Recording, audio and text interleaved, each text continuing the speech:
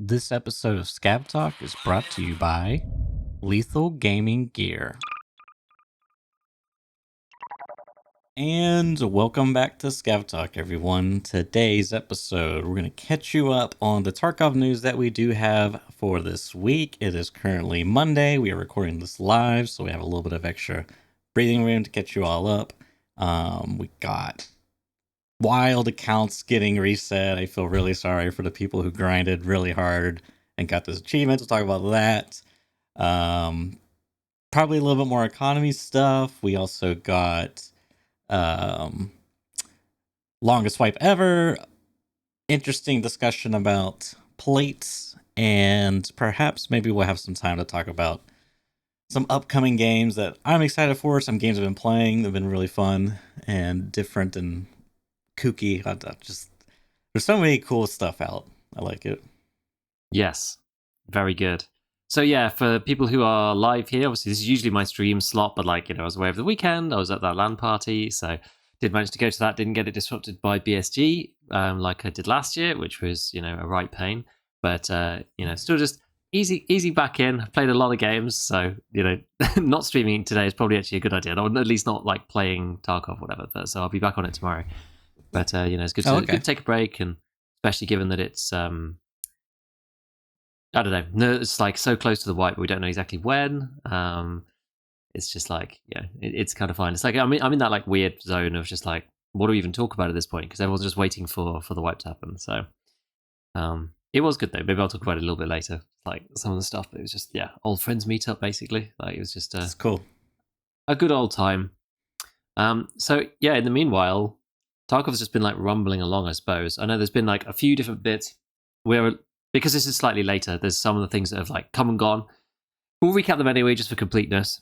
The first one being the old like global event quest, which was the one that started off with you had to build a gun. It was like a gunsmith, so you had to build a gun for mechanic. Then you had to go and kill a bunch of different targets with different types of weapons. So it was like 10 targets for 5.56, 5.45, 7.62 by 39, and then 5 targets for 54R.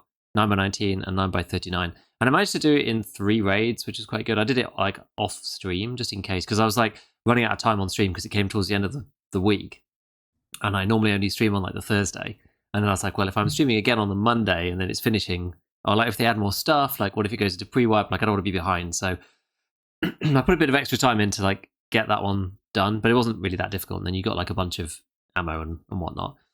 Then you had to do the classic Tarkov thing, which basically turned me into like Tarkov Pokemon collector, gotta catch them all, which is, you got to do like 1 military cable, 2 working LCDs, and 2 power cords. And like so many people that I was talking to, I think it was on the Monday, being like, I just could not find the military cable, or I just couldn't find the second LCD. I ran interchange like 25 times. And it's like one of those things where like late wipe Tarkov, it's like we talk about what resources actually are there? And people's like, money's like the main one. It's like, well, actually, maybe it's more like XP. And then like as time's gone on, now I'm kind of like, well, is that actually, or is the main resource having 2 copies of every find and raid item? Because just so to make sure that when the event comes through, then you have like one of everything, so you can hand in for these like crazy events that they do. Because they always ask for something annoying, and. It's not necessarily like 2 power cores, 2 LCDs, and a military cable is not necessarily that hard, but when they're timed as well, and you then just got to run it over and over and over again, it can get really frustrating. So that was like technically very, very straightforward. The only thing I had to find for that, I think I needed a second LCD. Like everything else, like you can make power cords, so I don't normally save those. But yeah, I needed an LCD. Just want to go grab that and finish it. And then the last part, which was the one that I think was, you had up on screen a second ago, which was just supply and demand. You just had to use whatever gun and get some kills. And then we had like a counter up there, and it got to 152k. And as per the other screen, when it finished, they said, "Oh, you're going to get a Bitcoin for every 10,000 kills that everybody got." And there was like a secret milestone of 100,000. I mean, next wipe all players get 5% discount on mechanic, which seems arbitrary to me a bit. Like a secret milestone is kind of weird because people didn't know they were going for it, and then we've unlocked it, and then it then just happened. I don't really understand what that's kind of meant to do. Do you know what I mean? Like, Like, what are we supposed to do with that information? Just try really hard in all the other events. I'm not sure what like the expected player behavior is around like a decision like that, where you've got like a hidden reward. It should at least be like written in a flavor text or something to give you like an idea, like, oh, maybe if we do this, it's not going to incentivize anybody to play more or less if you don't tell anybody. I know, it's just odd. Yeah, It's a bit strange. But then they did share the information about. So you were supposed to be able to use your favorite build. This was the idea. Like, yes, use your favorite build and get kills with it. That was the idea. But like every build counted, because some people were like, oh, do you need the gun in the favorites in the hideout before it'll count? And other people were like, no, it doesn't matter. You can just get any kills with any weapon, which was the case. And yeah, it's strange because they did release the top 3 guns for the quest afterwards. Yes, and it was the M4, the MDR, the black MDR, which is not surprising, and then the MCX, which was kind of surprising. Yeah. Now, the builds here are kind of interesting, to say the least. Right. Black MDR is hard to go wrong, so it's kind of whatever. I think the MCX one is like the weirdest one. Yeah, well, that's the thing I was wondering is like, because like, are people really using these Cobra SIs? I think they're calling the front foregrip. They do sometimes, but like normally it's the like you might do it on the MDR because it doesn't make any difference between the SE5 versus the you get one extra. Like to be honest, it doesn't matter what you do. Either is fine. But like usually people just use the SE5 for the slightly extra recoil reduction. Right. Like I don't know. I'm just trying to decipher if these were like the most highest volume of very specific builds that came in using these very specific parts, or if this was like BSG just going in and adding like flavor to them to make them more like aesthetically, pleasing, or was this just like the top attachment in each slot out of what I mean? It's like I would love to know what the deciding factors were, because it's just like even this MDR, it's a black MDR, but it has the tan gray handle. It's like, come on, like there's no way you're telling me that Exactly. Yeah. Exactly. So they've basically like got the list. They've added then whatever attachments they like to make them like cool, and then these things are supposedly going to be barters at like mechanic 3 and 4 next wipe. These things was kind of the idea. Now, lots of people reflected what has been written actually in chat by Ash, saying like the top 3 is probably the spear, the MDR, and the M4, because the spear is on Lightkeeper. They probably swapped it out for the MCX, which I think is quite likely. Although, I mean, in fairness, a lot of people do use the MCX. Like, you see a lot of spear usage because a lot of creators use the spear, but I don't know how many ordinary players use the spear. I mean, a decent number, but a lot of people use the MCX too. Like, I actually did use the MCX through this event because I was like, what kind of like cool barter would I like to see? Like, well, maybe I'd like to see a cool MCX barter. I think that'd be fun. Yeah, because it's already like, the MDR is like super dull. It's like just the same gun. So what are you going to really change on it? Like M4, fine, but there's we have quite a few already. Yeah. Like MCX is just kind of the main gun, and it could be good. It's got like some different bits on it. I mean, I was actually finding it hard to choose a weapon, thinking like, what would I like to see a barter for? Because it doesn't really matter. Because you can kind of pick any gun and just build it yourself. So the barters are just like, is it worth more than the sum of the parts calculation? Like, can I strip off an L-can and get the rest for sold back to mechanics? So it's like, it's a bit of a strange one to get people to try and choose. But anyway, it's like, it's certainly an aesthetic thing. Between these two different ones, like the funny thing about the MCX, if you look at it, it's got a flashlight and it's got the boss reflex. It's got that like flex reflex sight on it, right? Because I don't really see people using it that much, but it's just like super expensive and like kind of cool. And it's got a laser built into it. But as far as I understand, at least when I last tested it, the laser's still on. It's a bit like the Holosun. If it's got a laser actually on the optic, it doesn't give you the point far bonus. I'm pretty sure this one still doesn't. And then because there's a flashlight that's on a ring, that doesn't give you point far bonus either. So this MCX actually doesn't have any point far benefit, despite having 2 tactical devices, which is quite odd.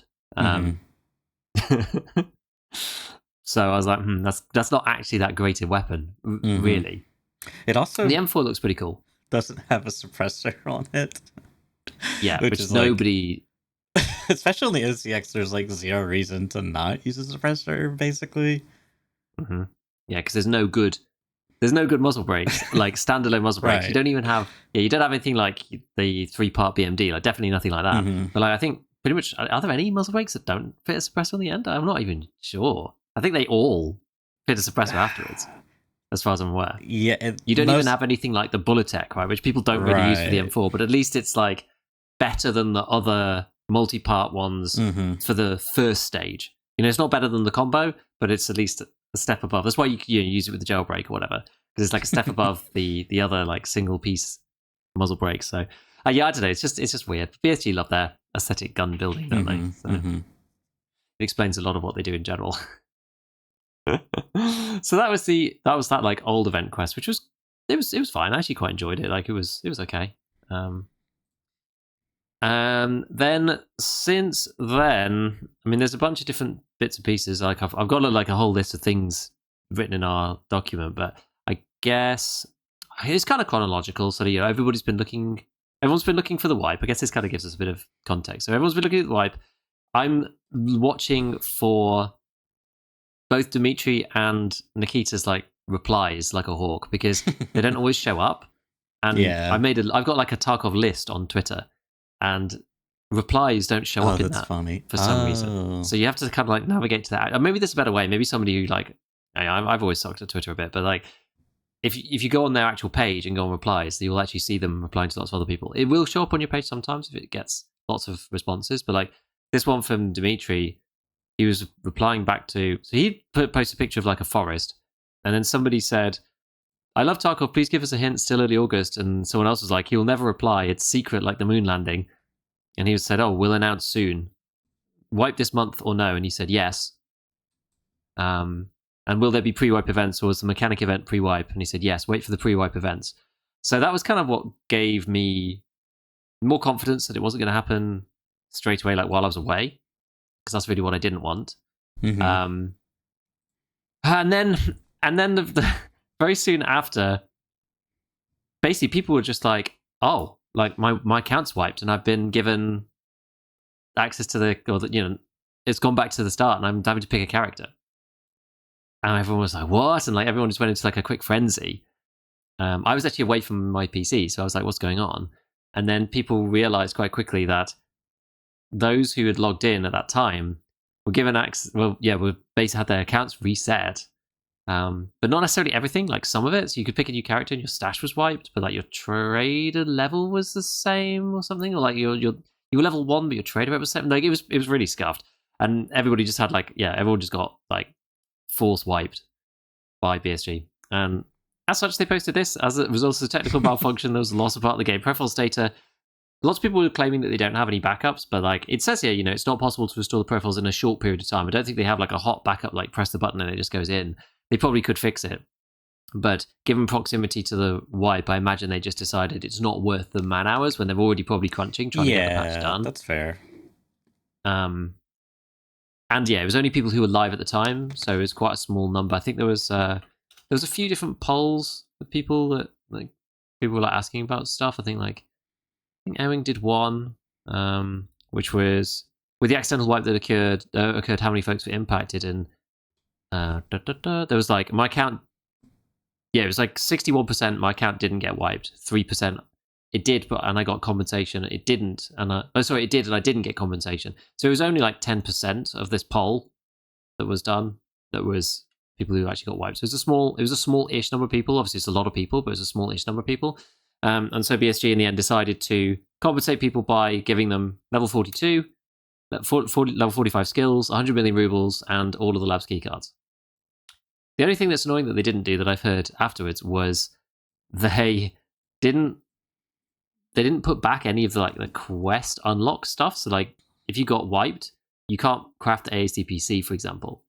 Ooh. Now I'm not sure if your quests went back to 0. I'm not really sure, but it was it's just a bit of a weird situation. But with the wipe soon, hopefully it shouldn't matter too much. Like it is awkward not being able to get some of these things, and I can't remember exactly which bits people can and can't get. Like I can't remember if you can get M62 or not because of the way that the quest go. Because that's like quest locked, as is M80. So I actually can't remember if you can get those. Whereas like CBJ doesn't have a quest lock on it, so maybe it's now the MCX meta. I don't know. I'm not 100% sure because it didn't happen to me because I wasn't playing. So I've heard lots of different reports on people getting compensation, people not. It's quite funny, really. There was a post on Reddit being like somebody had only just started and got to like level 6, and they were like, "Oh, it's my first wipe," and then something bad happened, and then now I'm level 42 with 100 million rubles. Like, what gives? Because like it's kind of ruined the game for me, you know. And people are like, "Look, just wait because it's going to wipe soon, so don't worry, it's fine." But yeah, can you imagine? You're on your first wipe, you're like progressing and like learning stuff, and then you've suddenly got like a max level character. It's just like very, very bizarre. Yeah, Tarkov's a very unique live service game. Very unique. Yeah, they always manage to create a new way to screw up somehow. It's quite impressive. Yeah, it's just like it's so like we're so used to it, but like the concept of wipes is like so ingrained in Tarkov. It's just like it's like everything revolves around the wipes. It's like, oh, what should I do? It's like, oh, blah blah blah, wipe. Wait till the wipe or play at the start. It's like everything's wipe related. It's like, what happened? My game bugged. Just don't worry about it. Just wait till the wipe. It'll get fixed. Yeah. It's bizarre. So yeah, I mean, I understand the decision, right? Like, it was going to take a bunch of time. Yeah. People are max level anyway, mostly, so it's kind of like whatever. They just Right. like do a quick fix and then we'll sort of move on with our lives. But like, yeah, it does suck a bit that this even happened. I wonder what they were trying to do, even. Test something and then like accidentally pushed it to production and rather than like the test server or whatever they were trying to do, it did not work out. Which is pretty crazy. It's pretty insane. There were a couple of Nikita posts, Nikki leaks, whatever you want to call them. The one being, and I can't believe this feels like a long time ago now. There was like the Pevco Molotov cocktail type thing, where he showed fire relatively recently Yeah, in Tarkov Arena. So this probably goes hand in hand with that. It's just a rag coming out of the Pevco beer bottle, which a lot of people are like, why isn't the vodka bottle or whatever? But like, it's obviously been replaced with some kind of fuel. I think, what, I actually think it'd be quite nice. Somebody was asking me on stream last week, and they're like, oh, what do you think about flaming like Molotovs, whatever, coming to Tarkov? And I think that actually could be quite cool as like a utility item. I feel like I might actually use that because it's like very much like area denial, which is what I use grenades for anyway. And I probably would use it. Like, it was probably quite good for blocking off a particular, entrance or whatever, a particular alleyway, like get your retreat on. I quite like the idea of it. I just hope scavs have this because it looks like a scav weapon if I've ever seen one before, and then B, you can craft it in the hideout because, I mean, come on, like if this is sold on like Peacekeeper 4, I'm gonna be so disappointed. Nah, I'd probably be like, who would sell this? Prepper? I guess he would want the vodka. Yeah, maybe. Yeah, exactly. It's got to be a craft. I think it has to be a craft. That's what I feel like. It's gotta be Pevco beer plus. I don't even know. Pevco beer plus like fleece. Yeah, fleece would be better. Yeah. Plus then something else. Some type of ignition system. You need a blue lighter. Maybe, yeah. Crickent or something. Yeah. And then like some sort of fuel. I don't know. Thermite. Not a vodka. It's not like explosive enough. Yeah, thermite's a bit much though, because we don't really have like small cans of petrol or anything. Is it 2000? The TNT brick. Yeah, let's just bloop, just drop it into the beer. Next update: pipe bombs. You just gotta get the chloric acid or whatever it's called. I don't know anything about that stuff. Yeah, I think it'll be a craft. I agree. I think it'll be a craft. It's gonna be in the food station. Yeah. The nutrition unit. Once you finish with your beer, leave them here. Oh my god, full value. Now when you drink the beer, it now returns as an empty beer can, or beer bottle rather. Yeah, that would actually be cooler. Mm-hmm. That would be cooler. Yeah, we don't really have empty containers, do we? Because there's no like fill mechanics. No. Yeah. So along with that, we also saw the teaser of the Desert Eagle. America. Which is going to be sick. Not really, but I just think it's super fun that this is going to be in the game. It's so iconic. So iconic, yeah. It's like I don't know what it's going to be chambered in though. Yeah, it comes in a few different chambers. I mean, I would hope 50 AE Action Express caliber, I think, something like this. Yeah, That's just the big. classic. Yeah, just the big number. Don't do another like 357 or 44. Some like obscure. Cool. Do the biggest, most ridiculous round in there. Yeah, yeah, because that's the risk because we've already got 357 in the game, so Mm-hmm. it's like we have that, and like not much uses it. It's like Japper Rhino, I think is basically it, right? Maybe they'll bring in multiple. Maybe they'll help bring them all in. I don't know. It That'd be could. neat. Yeah. But yeah, having the big boy, having the big boy Yes. is going to Yeah. be very very funny. I'm like interested to see what like stats they're going to give Absolutely. to that Yeah. that that bullet. I Whether hope they'll have it. multiple, I don't know. I hope it's like there's like a round that's like 40 pin, 45 pin. You know, high damage. Maybe not one shot, but high damage. But the it has to be like just above subsonic, so it's like you really gotta like long range. It's like kind of challenging. That would be fun. Yeah, yeah. There shouldn't be snipey people with this thing, and the No, no. recoil should be pretty high as Oh well. yeah, It's going to be a like bit like the RSH. I want pre Tarkov recoil rework type of recoil on here. I want this thing to just yeet my camera up into the sky. So we shall see about that. I know people are already talking about doing Desert Eagle only wipes and stuff like this, which would be it's going to be interesting. It's just like it's actually one of the few guns that I see getting added that does genuinely excite people. They're like, oh, this is actually sick that this gun is coming to the game. Oh yeah. So that's G36 good was fun. kind of like that as well. Yeah, a lot of A bit, people like yeah. that. Yeah. I still quite like the G36. I love how Nikita posts these pictures and it's just like a screenshot from his phone. It's like not a screenshot, sorry. It's like literally a photo of his monitor. Yeah. And you can see like the banding on the right hand side from like, yeah, it's. Yeah. I love it. It goes hand in hand with the super low res flame video that he did last time. Just crazy. And then the last post that we had was 2 days ago, I believe, from Nikita himself, and he says working on the 0.15 patch 24/7. I believe it's the longest wipe yet, which is true. It was the longest wipe as of the 9th of August. So the 8th was identical to, oh goodness, the other patch. What was that, patch 13 itself? I'm trying to remember now. I'm gonna have to go and look at my list. It was basically the previous summer, like January or December through to summer. Oh, I think patch. yeah, I think because it wasn't Streets around the corner. Like that was like the first thing of Streets in winter or January. So yeah, it was 28th of December. That was patch 13. That went on till the 10th of August for 13.5. Which then ran until the 27th of December. So that was super short one. And then 27th of December through to now being the 12th of August is now like the longest ever. So that one, that patch 13 wipe was 225 days long. We're currently sat at 229 days. We're 4 days over. It's lengthy. A long time. It's a lengthy boy. 7.5 months. Yeah. Man. December through to August. We've been playing this wipe for a long time. Well, maybe you have. Indeed. So yep, longest wipe ever. Yep. Longest wipe ever.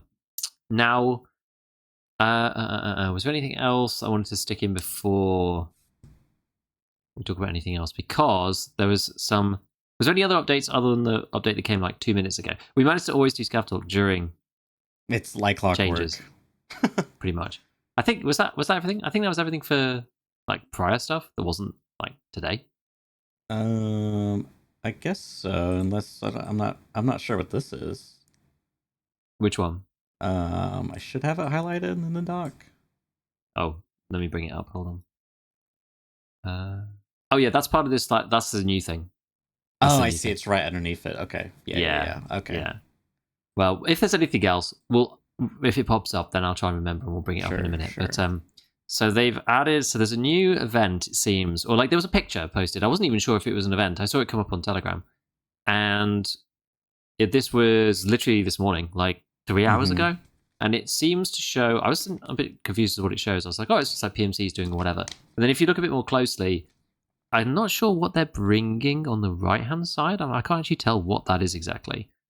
M500. Is it concrete? I think it might just be concrete. Yeah, or I was sand, gonna say like or something like that. Sandbags, concrete. Actually, concrete kind of. Yeah, I would say concrete. Yep. I think it says Tarkov cement actually on the bag, maybe, or Tarkov sem something.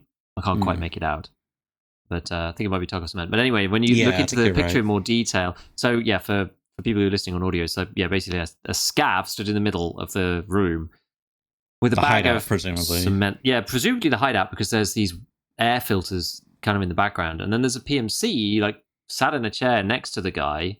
So the scav's like working for the PMC in some way.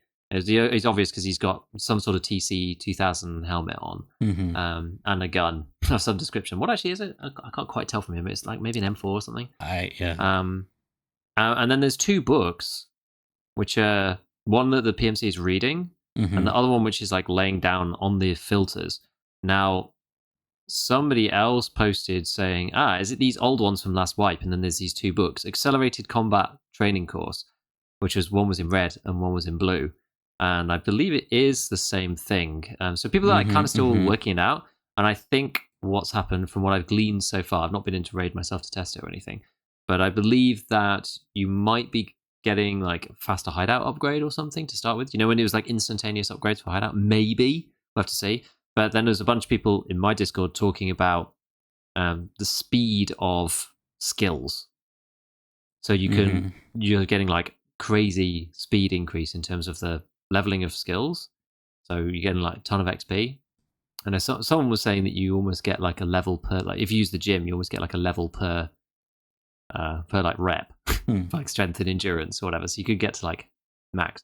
Beer for upgrade at the moment in the hideout. Yeah, there you go. So so again, it's the same event as we've had before. So you Pevco beers to upgrade the hideout if you haven't had the hideout upgraded fully. Like last time, the Pevco beers just went to some stupid amount. Like Pevco was like a weird choice because they're like kind of rare. And we've talked about this before because like there was that one for ref, which you had to get like 7 or 8 or something, and finding them in raids is not very common. Whereas you can craft them yourself in the hideout and then resell them, which I guess some people will do. So I guess you got like faster hideout, it seems, and then quick skill leveling. So maybe we'll be able to get to max level like relatively quickly. I don't know. Which usually indicates the beginning of the actual pre-wipe normally, because it's one of those ones where once you're giving people, 100 times accelerated skill boosting, that starts to break the game, once everybody's at elite skills. But I mean, a ton of people have got like 45 anyway, because they got wiped and then got compensated. So there's probably a lot more people who are going to have elite skills or like close to elite skills now than there were. Yeah. Like, it's funny for me. I was like, man, if I had my account wiped, I would have lost 27 mil. I would have lost my level, like some extra levels and some of the progression, but then I would have actually gained on skills because I'm only like mid-30s on strength and endurance. I guess with this event, it means that then it doesn't really matter. So being compensated that way doesn't actually make a difference. But that's, usually the way that the pre-wipe goes, the super, super quick upgrading on the hideout and also on skills. So maybe this is it. Maybe this is finally it. Which is cool. We shall see in the coming days. We shall indeed see. Now, the only other thing before we move on to like some of the bigger topics from our side that I've seen going around, and maybe I'll just pop this in quickly. Let me just grab this, because I know there's a lot of people who are still talking about Scav Karma, and about like what does it mean? This one here. And so NoiceGuy posted up something that I saw over the weekend as well, which was yesterday. Basically saying, as of 5 minutes ago, so assuming he was talking to them, as of 5 minutes ago, BSG is still not directly acknowledging whether or not PMC Karma will be affected by killing your own faction members. And there's a real chance that it isn't, which I think it won't be either, personally, based on the way that they talked about it. With that being the major irk for the feature for most people, I can see why it's either on the chopping block or being kept quiet. The only reason I still believe it's a thing is because that was the absolute core to it when they initially planned and discussed it years ago. But things can change. We will see. Mm-hmm. From, as I said, NoiceGuy. So that's interesting, just because PMC Karma is probably like one of the most controversial things that may come to the game. And I mean, lots of people have said how concerned they are about it, and I am as well, to be honest, because of what happened with like Scav Karma. Did I say Scav Karma before? I meant PMC Karma.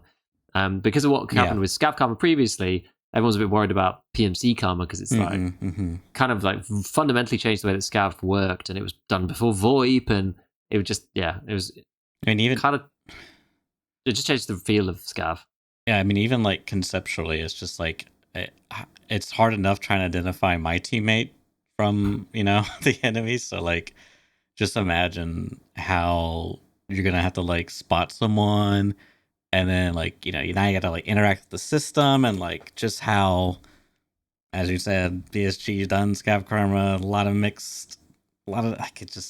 I don't really have faith in that. I think it's a cool conceptual idea, but I don't know if I have a lot of. I do not have a lot of faith in them in that. So it's probably for the best that they just do something that's like non-intrusive, not very complicated. It's like a very light interaction there.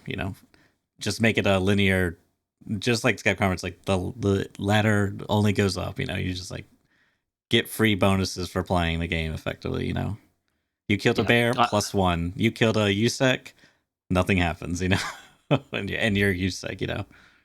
Yeah, that kind of thing, like rewards rather than punishes. It's like, oh, it's as it is now, but then there's some extra stuff if you do kill the other team. Yeah, it's like that kind of thing would be a good way to go about it. Like, as we said before, like we've talked, I mean, to be fair, it's been a long time since we talked about it properly, but we've said in the past that you need just so many more mechanics in the game. Like, you look at the game like Grey Zone Warfare, where you've got a map that's like live updating with your team and things like that, right? You need some way of communicating with people. Like, it needs to be in-game radios, or it needs to show you their position, or let's give you a quest to be together, or some way of identifying people at range. Like, I think that's the thing. It's not even just about, and this is what always kind of made me a bit concerned in Grey Zone before we realized that they actually were sort of breaking the hardcore thing a little bit and just having like a fully live updating map, which genuinely think it was a great decision by them. But when they kept saying like, oh, you have to think and not always shoot first, when you're meeting other players from other teams, and like that sounds great as a principle, and it's just when you try and put that into practice, if you don't give anybody any actual mechanism to, you can sit there for as long as you like, but if you can't identify them, then it doesn't help, And I think that was always the problem. It's like you need to have some way of like trying to radio to somebody or figuring it out. Like, what if they're just unresponsive? Is there no way of really working it out beforehand? It's just, it just kind of gut the game a little bit. So I don't think they'll do it. I don't think they'll do it in a way that's like super intrusive. They seem to want to bring it in from the last Tarkov TV as part of this like partisan mechanics. It's something to do with traps being like sat at extract and stuff like this. So, and it's going to be hidden and we won't know straight away. So I guess the effects are also going to be quite subtle. We'll see. But I'm quietly optimistic that they're not going to poke it too much, because I'm with you. Like, if they try and do something, there's lots of ways that they could try and make it work that would be nice and good and work really well and be like really engaging, whatever. But I'm not sure if I have the faith that is going to come through, especially with the lack of. They'd need to like do a proper test where they're changing it like every week, or do some kind of like, I don't know, field some player questions first rather than just do it and then be like, oh, is this broken? And it's like, yeah, this just doesn't work at all, kind of thing. Because they're very unwilling to let go of features once they put them in. Like, they'll change stuff, but they won't just can them all together. We'll see. But I think like NoiceGuy's still kind of pushing on this thing, just because we just don't know whether they're going to actually add this or not as a mechanic. But I could see them just not punishing you for people of your own team. It'd be fine. Yeah. Yeah, like I said, I would like, conceptually, sounds like a cool idea and be fun to see, but in practice, let's just keep it simple, please. Preferably. So that's it. I think that's it for news, right? And stuff that's been like bouncing about in the community and that kind of thing, while everyone's been waiting for wipe, which may now come this week, this Thursday. I don't really know. I mean, they could start today and then do something tomorrow and the day after, and then wipe Thursday, or maybe it comes even the week after. It's kind of hard to know. Got to keep just tracking and seeing what happens when. I mean, with this skills event, like I can see a pathway where they do it on like Thursday this week on the 15th. But again, it still feels like quite quick given we had nothing over the weekend. So maybe it ends up being maybe the 20th or the 19th, like Monday or Tuesday in a week's time. Could be. Let's see. I've flipped very strongly from the camp of like don't ruin my life to like now they need to wipe as soon as possible because otherwise then it's going to get in the way of my plans at the end of August. Yeah, no, you got like a window opportunity, perhaps. Exactly. I'm like trying to thread the August needle. But yeah, my big event is over, so it doesn't really matter too much now. Like I could deal with it either which way at this stage. It's just like so awkward when you've got like a 4-day thing planned or like 3.5 days, and then it's like, oh, it literally can happen, and you're like away as well. It's like, oh, really awkward. Yeah. Okay.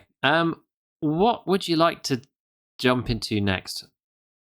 Should we look at like plate stuff, some economy stuff, or did you have another topic first? Yeah, so just to close out one final thing with like economy related stuff.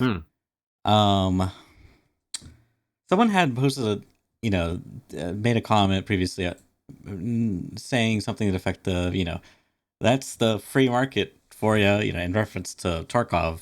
They try to regulate it and players will always, work a way around or whatever, free market wins it today or something like this. And, that had me thinking is like, is Tarkov really a free market? Because there's like, there are regulations, there's bans, like we can't sell certain types of ammo. And it's just an interesting thought because, setting like it absolutely, do not want to make this like political, but I think it is very interesting to discuss the economics in the context of a video game. It's just like, I don't know, it's like a fun thought experiment. Because I think you and I have talked about this either like on the cast or way, many, many moons ago. But in some ways it's like it's a bit more of a socialist market, I guess, because it's like the traders. I mean, I guess at the end of the day, a lot of like game economies would be like this because be it, the developers set the price, right? Yeah. Like with the traders, for example, which has been like a critique of mine is I would like the traders to sort of like function. If like we got the flea market, to me it makes sense that the traders would like react to that because it's like the markets are kind of separated. You got like the trader market and you got like the flea market, but yet they're tied in in the sense that the players are aware of the trader market, so that sometimes the price will reflect that. If suddenly Prapper starts selling SVDs for 1 ruble, it's just like it just ruins the player economy, right? And the inverse can be true. So it's interesting because yeah, there's kind of not a lot of, there is some free marketness, but there is a lot of regulations placed, and I don't know. It's one of those things where I think regulations are helpful in the sense that I personally I don't know. I'm always like torn on the banning certain items and versus like letting let the market do it, let the market decide. But I just feel like what ends up happening is it just becomes so binary. It's like I want to cheap out or I want to spend all my money on the most expensive kit, and be Giga Chat. I don't know. It's such a, you just like skip the progression or whatever. But I don't know. It's just interesting. There was like a few links I had. I mean, it's been a little bit, so I don't really remember. But one of the interesting things was like how um I saw actually I guess just like talking about the U.S. economy. It's interesting because I think it's a bit of a, what's the word? I don't know. There's like some ethos that our economy is a free market, which the interesting comparison I saw was like our economics to like China's economics, which was Mm. like the article was like saying how in ways China's market's much more of a free market because there's like less regulations and more like incentives for actors or individuals or companies or whatever. Whereas like in the states we have like more social programs and the some of the more like worker rights or labor stuff is like kind of shifted a bit in China, but it's I think on average it's we have more of that in the US. But anyways, it's just very interesting to me, uh this stuff and free market. Like what would Tarkov look like if it was like just completely Wild West? It's like everything and anything goes. You want to sell your stash spaces? Screw it, sell it for rubles. I mean, it's like you could just sell anything and everything. It was like no taxes. No flea market taxes. You could just buy out Prapper's stock. You become Prapper. Imagine like you just change your username to Prapper 2.0 and you are Prapper because you just like bought everything of Prapper's lot. I know it doesn't work like that, but Yeah. I know this is the thing. The problem with Tarkov's economy broadly, and it's just the same with most game economies, unless they're like very well thought through, is to have something be to be like fully dynamic is the phrase that I would use mm-hmm. most frequently with this kind of thing. Is it's impossible because there's always some element of like dev oversight on the game's world, right? Because they made it, they made the game world. It has to have rules. Someone has to set those rules, and so you've got things like even if the traders themselves, sure, they're completely undynamic in Tarkov, and that has certain effects on the economy where the items that are the most interesting are the ones that sell for higher than the trader price because those ones are like truly floating.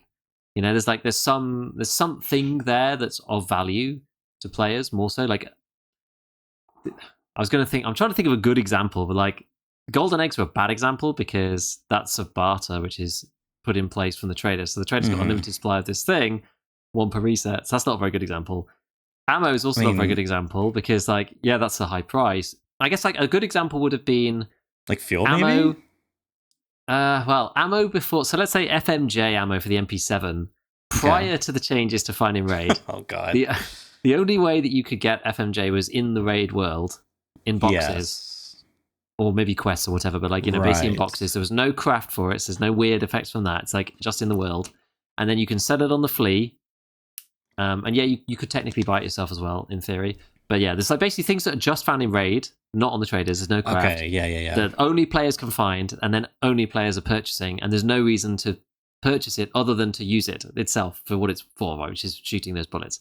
So those are kind of like the most like pure examples, but like almost everything else is like tainted in some way by the trader presence, right? It's just like it's like it's either a barter, the fact that the trader sells it, which actually pulls demand out of the player economy, right? So like there's people who aren't buying FMJ in that old system. People aren't buying FMJ because they can buy it themselves. It's only this like subset of players that don't have it on the trader because it's obviously a lot more expensive.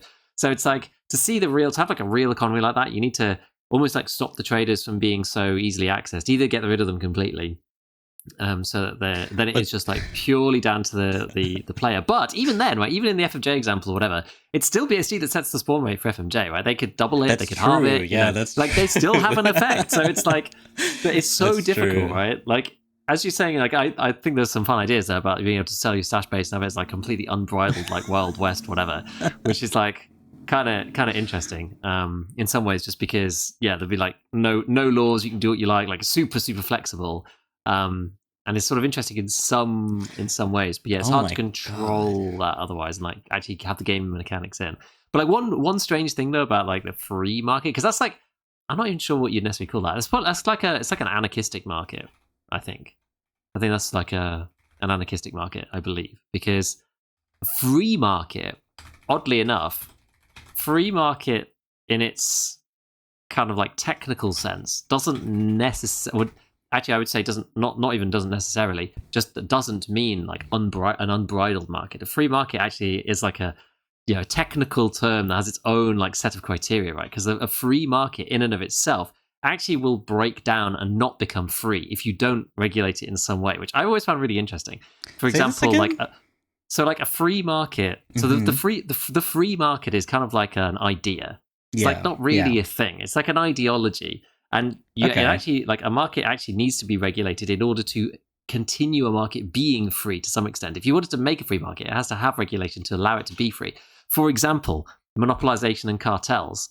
Those with no regulations, those form and then price gouge people, and then the market is not free. Or the companies will like buy up their competitors, and there's no like antitrust or like monopoly committee, and so you just buy AT&T? up all your competitors. But this is the thing, like stuff like this happens in the real world, but there are like some checks and balances to try to stop this kind of thing because of how it ends up not being a fair market. Because a fair market is supposed to be, competition, right? It's like the market gets driven by competing interests from different companies who are, innovating, whatever. That's why people like the idea of the free market, because it's like you can have new players who enter to produce a product or service for cheaper than the existing players and force people to change and blah blah. And that's like the positive force for improving an economy or improving growth or efficiency or whatever it is that you're looking for. But in the absence of those things, you can get strange effects that make the market then not free. It's unbridled, but it's not necessarily free. It's like an anarchistic market, which is sort of what Tarkov you'd want it to be like in some ways, right? Tarkov is like kind of fun as an anarchistic market in many ways. It's like Tarkov doesn't have certain things in there that the real world markets do that we talked about maybe last week or the week before about like market manipulation and stuff like that, which like can be done in the real world. You will go to prison, but it can be done in the real world, and it can make people money doing those kind of things, which is why it's illegal, because it's like market manipulation or whatever. But obviously Tarkov doesn't have any of that stuff, so Tarkov's like more anarchistic in that sense. It's like it's interesting just reading it all the way back to what we were talking about, how the dev team it's like almost impossible to not have some kind of oversight on there, especially when the prices are static. And it really comes down to what the sources of your items. Well, it's the items in raid where we set the spawn rates, and then the traders where again we set the prices. So you to avoid that, you'd almost need. It depends what you're looking for, to be honest. Like the spawn rates thing is just kind of part of the game world, so that's kind of fine. Spawn rates are not necessarily like a independent thinking entity, if that makes sense. So as long as you have spawn rates that are sensible, that will then drive prices one way or another, and you can like tweak that to get your desired output. But with the traders, the reason why the traders seem a bit silly is that the traders also just act like a spawn point, right? They don't seem like a thinking real world entity of their own. Because they don't adjust their prices or respond to any stimulus of any kind. Like you could buy millions and millions of items off them, and they just don't change at all. So does make Tarkov's economy a little bit static. So, but that's usually why, as I said, I find the most interesting items of the game are those ones that trade above the trader price for some reason, and ideally not for a barter. But everything's still affected by the actual by the devs at the end. At the end of the day. That's true. Because of that comment, I had a crazy, insane idea. Okay, and like there still has to be some initial framework. Maybe not. I don't know. But what if you had a game where the mechanics it was an economy-based game, and I don't know what you would do. Like I don't know what's the purpose, but just I'm cooking. Just hear me out. So, what if the point of the game was to develop game code to then sell on a market that then you would buy to then have that game code? And like imagine you could buy like an assault rifle for like the game that everyone's participating in, but you're buying the code, and like so you as the developer like are supposed to like develop code for what I mean? Like this is so weird. Like it's hard to even like. It's like a super meta game. It's like it's like a meta game, but I don't even know. Like maybe you have to like develop code to like I don't even know. But there's like something there where like maybe on like a much smaller scale, a less meta scale. If there's like a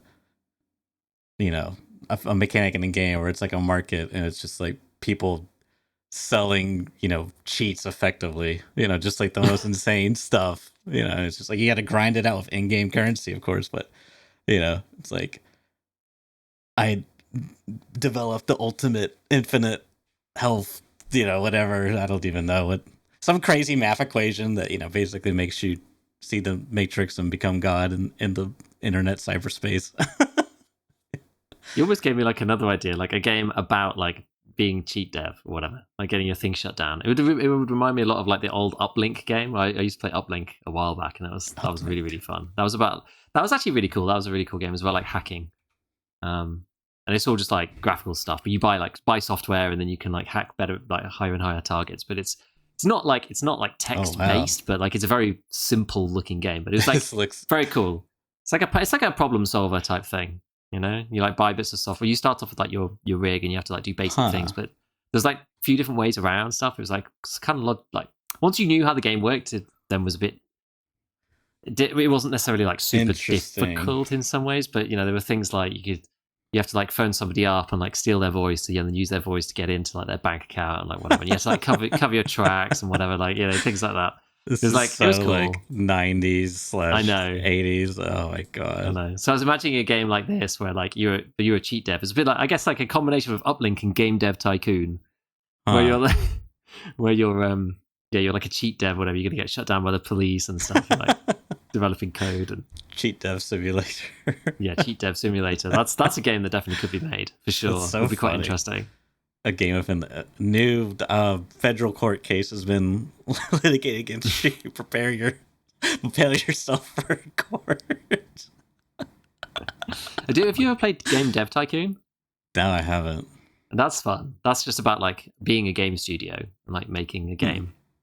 That is good. I think I've seen, I might have seen some stuff like that, but maybe some unrelated, more pixel art thing. But anyway, moving on. What were we even talking about? We were talking about like economy stuff. Yeah, but like I mean, go right back to the beginning to like the comment. Like, people will find their way around whatever system is in place to the best of their abilities, right? It's just the same with any framework, any structure, whatever. Like, people will find the path of least resistance / the way to the most easily complete their goals with the system that they're given. So, the idea is not like necessarily to control people and be like, oh, you can do this, you can't do this, or whatever. It's like it's to try and get the desired. It's what we always talk about, trying to get the desired player behavior based upon the the hamster box that you set them in. Things like or the market will always get around it. Well, try and buy the black MDR before your mechanic 4, like Peacekeeper 4. You just can't, right? So there's certain things that you just cannot do. Right? There's nothing that you could do about that. Like, you could go out and search for it, but it's more painful to do that than it is to just level to the trade level. So like, there's ways that you can influence people and influence your player base in the way that you want to based on these things, which is what like flea bans do, whatever. So yes, it's easily said that the free people just work around it, but it's like they will to some extent. It depends on what you said, right? It depends on how you do it. And it's interesting because this reminds me a quote that or a phrase that I've just like never forgotten. I was like, I guess it was like 8th grade in my new school, and my principal said something to the effect of like, rules are meant to be broken, but principles are like meant to be upheld, or something like this. And it was the idea that like rules aren't as important as compared to like principles. And I guess like tying into what you're saying, it almost feels like for the people that value principles, it's like I don't know, like I'm probably have like a bad I lean too much on ideals. I'm like a very ideals driven person, but that's just the thing. It's just an ideal, I guess. You know what I mean? It's whatever at the end of the day. And then like I guess rules kind of help those who don't care that much about ideals, or maybe an ideal in a particular setting or whatever, because then it's like, oh yeah, the rule's here in place because we know people are going to break the rule. It's like effectively the rule is there I don't know. It's like what else? Why else would you have a rule otherwise? It's like it's almost like meant to be. I don't know. It's like it's meant to restrict people, like try to like force them into particular thing. And I guess for some people that works, some people that doesn't. It just depends. But Yeah, I mean, people still commit crimes, right? So like, it doesn't yeah, it doesn't work entirely. Like, that's the idea. It's stop people doing stuff that right. that I guess in this case the government doesn't want them to be doing, Mm-hmm. for whatever reason, killing other people or whatever it may be, right? Yeah. Manipulating the market, it's like Right. all of these things are there. They're there for a particular reason. Mm-hmm. But principles are different, and it's different per person. I think that's the thing about the rules, right? It's like it's the same for everyone. I mean, I was going to say in games, well, it's easier because you have complete control over the rule set, and people are just like absolutely not allowed to do things outside the rule set. And then we're talking about cheaters again, so it's just like, okay, well, people will like break the rules of the game entirely. Yeah, and then there's even like mods, which is like handing down, the ability to make rules or change rules to the players, which is a really interesting concept in of itself. That's like declaring independence, right? We're our own city-state now. Yeah, that's true. Yeah. But there's still the big federal government, Big Brother's always watching you. No more the independent state mods. of SPT. Yeah, the independent state of SPT. Like we'll still update our game based on the the original, but we've got our own set of rules here. That's funny. Yep. No, it's good. It's interesting.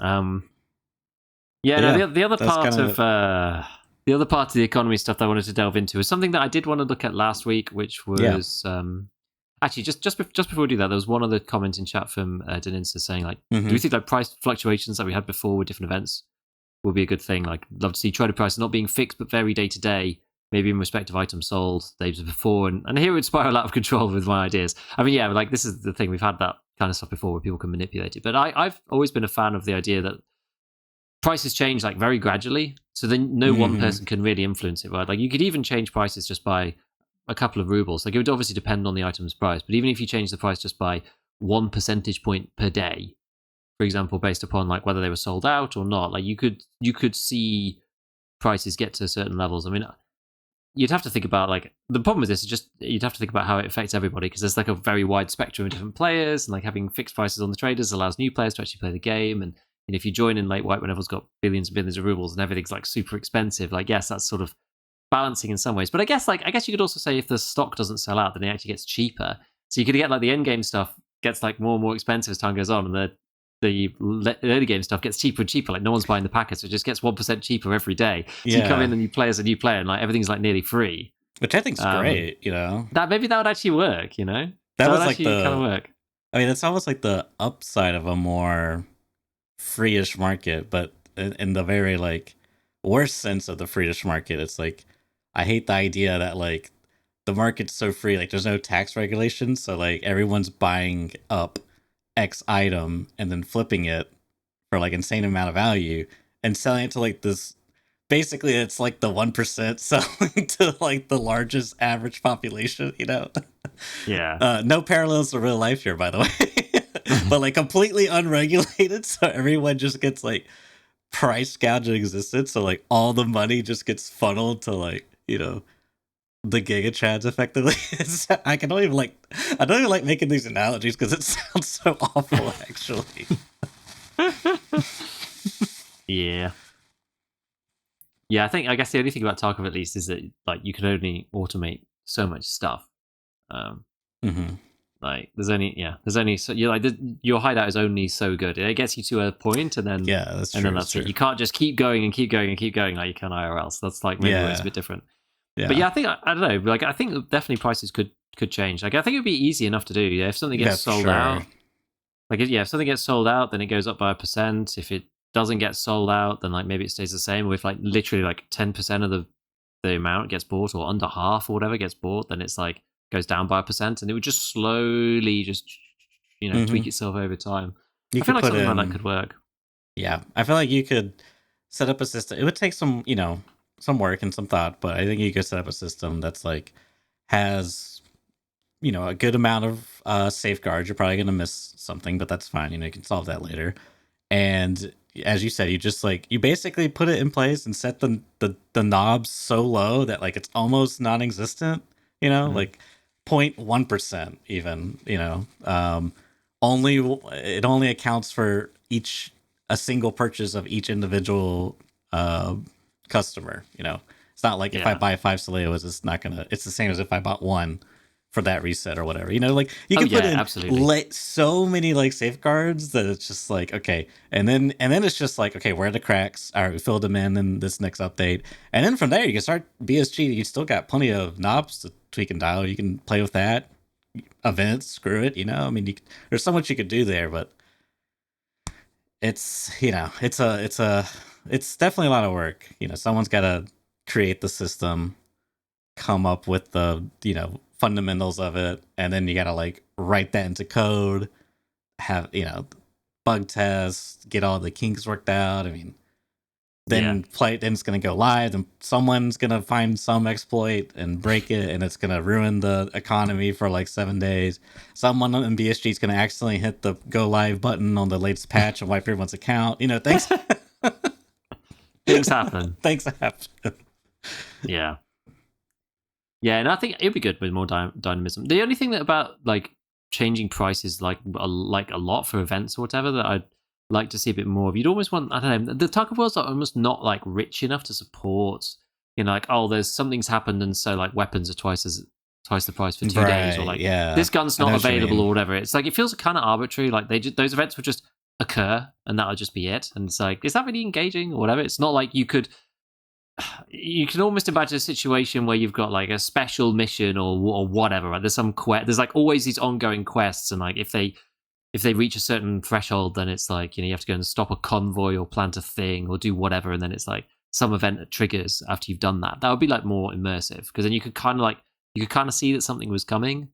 Like I guess like Prapple would be like block the western like you got a bear quest to block the western like convoy of weapons coming in, and then like peacekeeper and skier all the prices double for like 3 days or something, like if the global bear community completes that objective or whatever. Like you could imagine things like that making it make sense, but like I don't really like the idea of them just like happening just randomly, like oh you just can't buy the M6 this week. It's like, is that really that engaging? Like not really. Yeah, I don't know. I mean, it could be fun, in my opinion, just because if I have a certain thing that I like it's kind of fun and annoying, but if I have a certain thing that I like and then suddenly that thing is taken away, yeah, I don't know. Mm, Maybe you're right, because then that does kind of like feel like I like the idea of like having to make a difficult choice, but under the context of the difficult choice comes from removing choices. It's like I don't know if I actually do like that. I'm a bit conflicted. yeah, these things are hard. It's hard to know also what the outcome would be.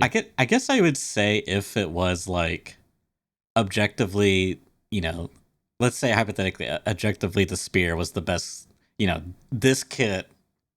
Insert imaginary. Picture, listen, audio listeners, picture in your head. The most meta chat kit. This kit is like objectively the best kit ever, and it's for every reason possible imagined under the sun. And suddenly BSG is like a new event. We're gonna remove this kit from the game, and it's like, oh, okay, what's the least what's like the next one down? You know what I mean? It's like it'd be a little more interesting if it was more like a side thing. It's like, oh, now, you know, previously the best kit was a sniper kit. Now the next now or I shouldn't say that. It's like previously the best option was any option.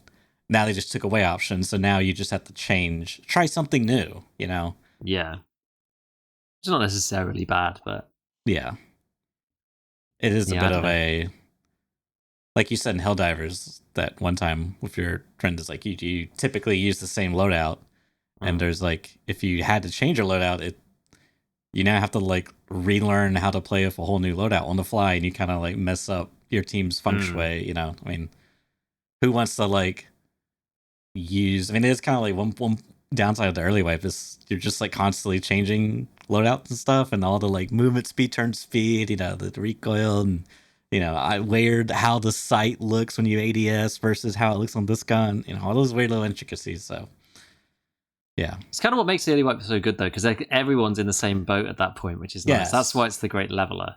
Yeah. Which is decent. Yeah, like in Helldivers, for example, it was like particularly annoying because it then depends on, kind of puts you at odds with other people. It's like, oh, are these people using their like good stuff so they can like try the highest difficulties and just like have a hard time?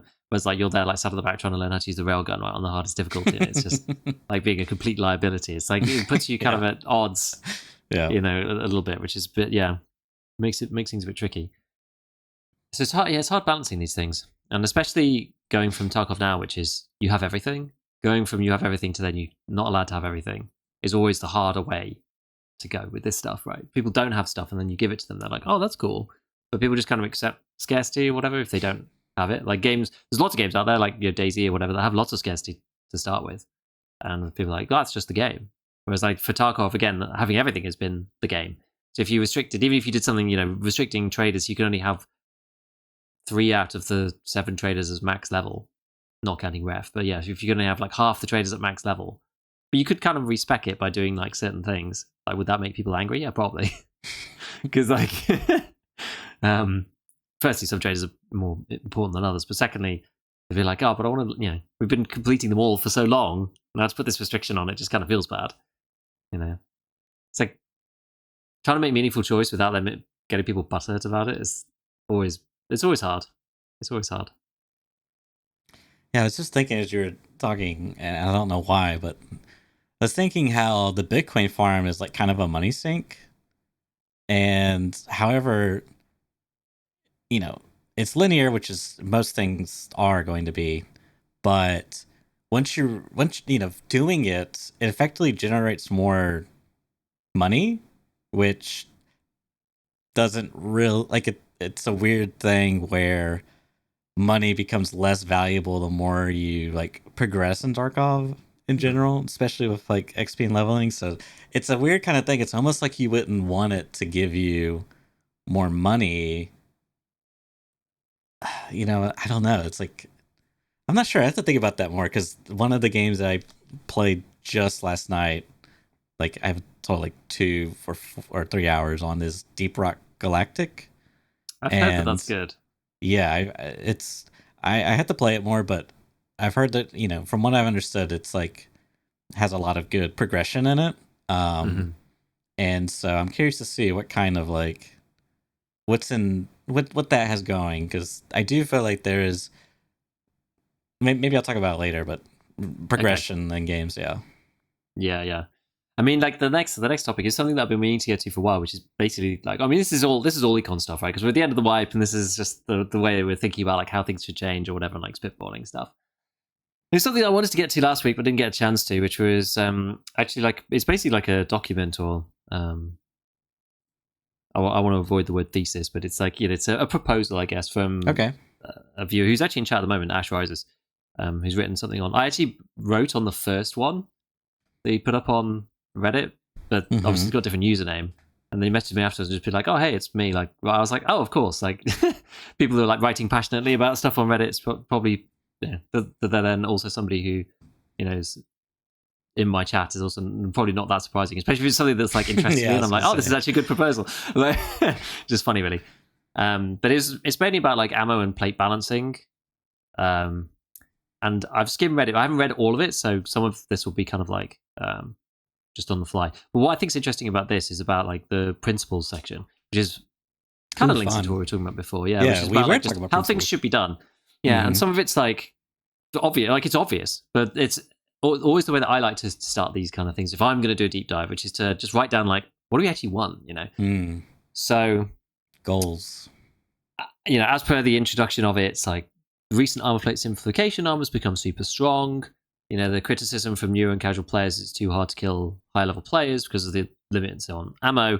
And even though they like the armor change, the armor's felt weak for a long time and doesn't think the criticism is necessarily frivolous or unfair. There's a very small piece here about splitting the thorax health pool into 2 health pools, which we've heard from a lot of different people. The people want to do like the grey zone approach. I'm torn on it. I don't know whether it would necessarily help, whether it would just add a bit more variability back into the game and not necessarily fix the problem. So I'm not really sure. And then, many have called for higher pen ammo to be re-added to the traders, as well as lower the trader level some of the medium pen ammo, which I think kind of makes sense. So the first section is like, balancing mechanisms. This is basically just a list of like what does what. This is a list of levers. So, you've got like availability, economy, and performance on both ammo and the armor and plates. And it's things like you might imagine, right? So availability, it's traders, flea restrictions, in-rate spawns, and crafts. The economy is the trader price, personal input, personal limits, barter inputs, crafting inputs and outputs. Performance, damage, pen, armor damage, all of that kind of stuff. So it's like each category's got its own like set of levers that you can pull to balance these things. But the principles I actually think is nice because it just like reflects a lot of like, this is what made me feel like, yes, we should talk about this, because it like reflects a lot of the good and sensible things that we sort of implicitly talk about or like assume when we're talking about these things. But it like really sets it out in a way like, if I was going to write, here's the 5 underpinning things that we kind of all of similar mind think, but don't necessarily write down. Things like calibers with a lower pen and damage ratio, pen to damage ratio, should have the ammo types available. All of the ammo types available in traders and sellable on the flea, like 9x19, 9x21. Calibers with middling pen to damage ratios should have nearly all of their ammo types available in the traders, and most ammo sellable on the flea, like 545 and 556. Calibers with high pen to damage ratios should have limited availability of highest pen, 762x51 and 762x54R. Lower pen ammos should increase in availability as the players progress. Ammos with similar pen values should be priced similarly, but ammos with lower pen to damage ratios should be priced lower than ammos with higher pen and damage ratios, which, well, not, I shouldn't be saying pen to damage, I should say pen and damage. So basically just higher pen, higher damage. Calibers with lower pen and damage should have a higher personal limit than calibers with high pen and damage.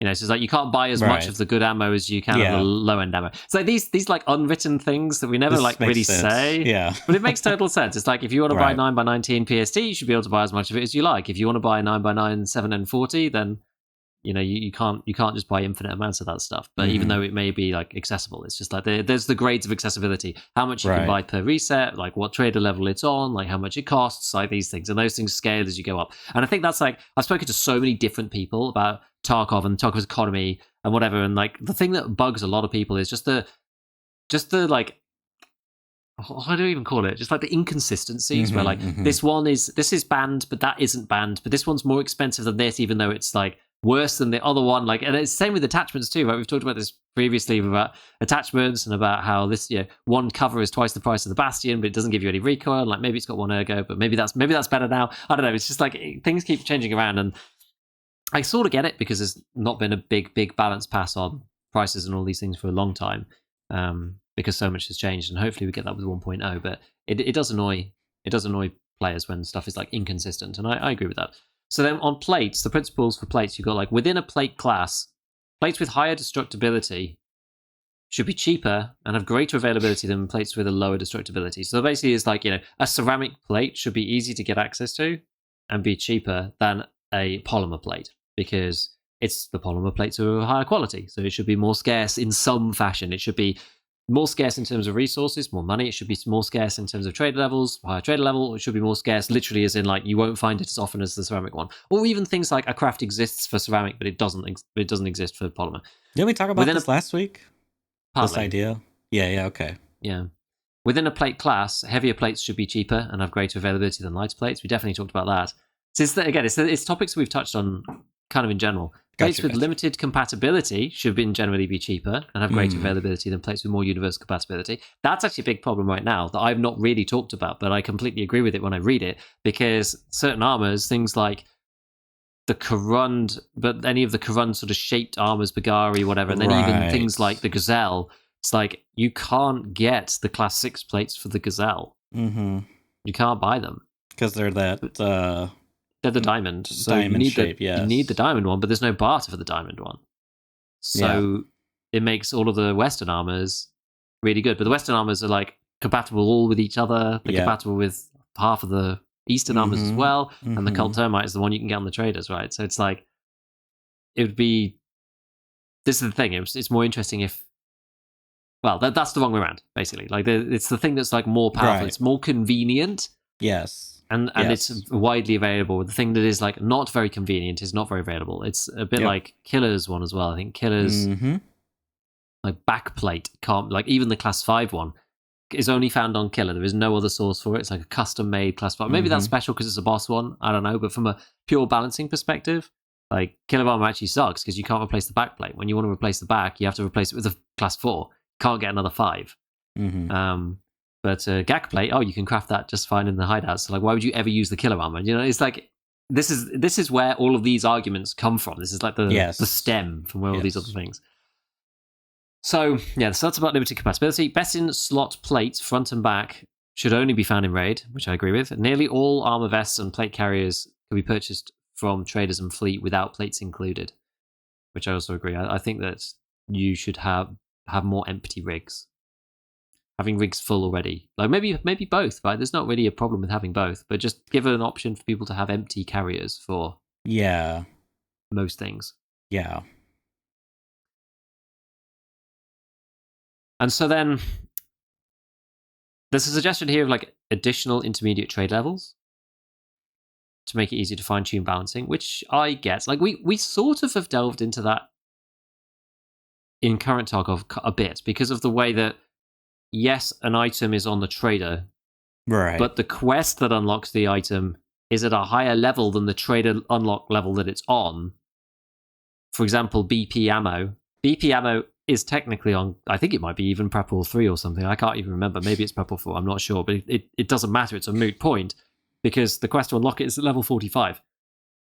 So BP is at its own special like level 4 plus because you need to be level 45 to unlock it. So same with things like M61, right? They're at like some level that's like above the trader system because they're at a quest that's higher than 42. So there is an element of that already, right? And you could sort of do the same thing even like with adding extra trade levels because I don't think BSG are ever going to add more levels in there. But you could have stuff that's, you know, it's on level 2 traders, but it's only unlockable after a quest at level 28 or something. That would sort of do what we're trying to do here. Like you could fit items in the middle. Yeah, I think that could work because it's not as straightforward, but yeah, I mean, even I don't know. I've always thought one extra level would be nice, and you could kind of like split out like even mods, just kind of like give a bit more granularity to the system. I mean, take for example 5.5.6. There's like 10 plus different types of rounds in there. Hypothetically, let's say you try to take that and put it all into one trader. You're gonna have like some double up, like where it's like, you can't get this ammo that does 30 pin on level 3 Peacekeeper, but he also sells this ammo for that has 38 pin, like does the same thing but better. It's like it just costs a bit more. It's like it's like having it either in the quest or like an extra level. There's definitely something there. Questing could work fine. I'm sure there's plenty of quests that are just like you can just slap on that are missing like an unlock, as a reward, and you could just slap it on there. I'm sure there's something there either way. Yeah, because that's the thing. Is like to add in a whole nother level. I don't know how easy that would be. It's one of those things that feels very baked in.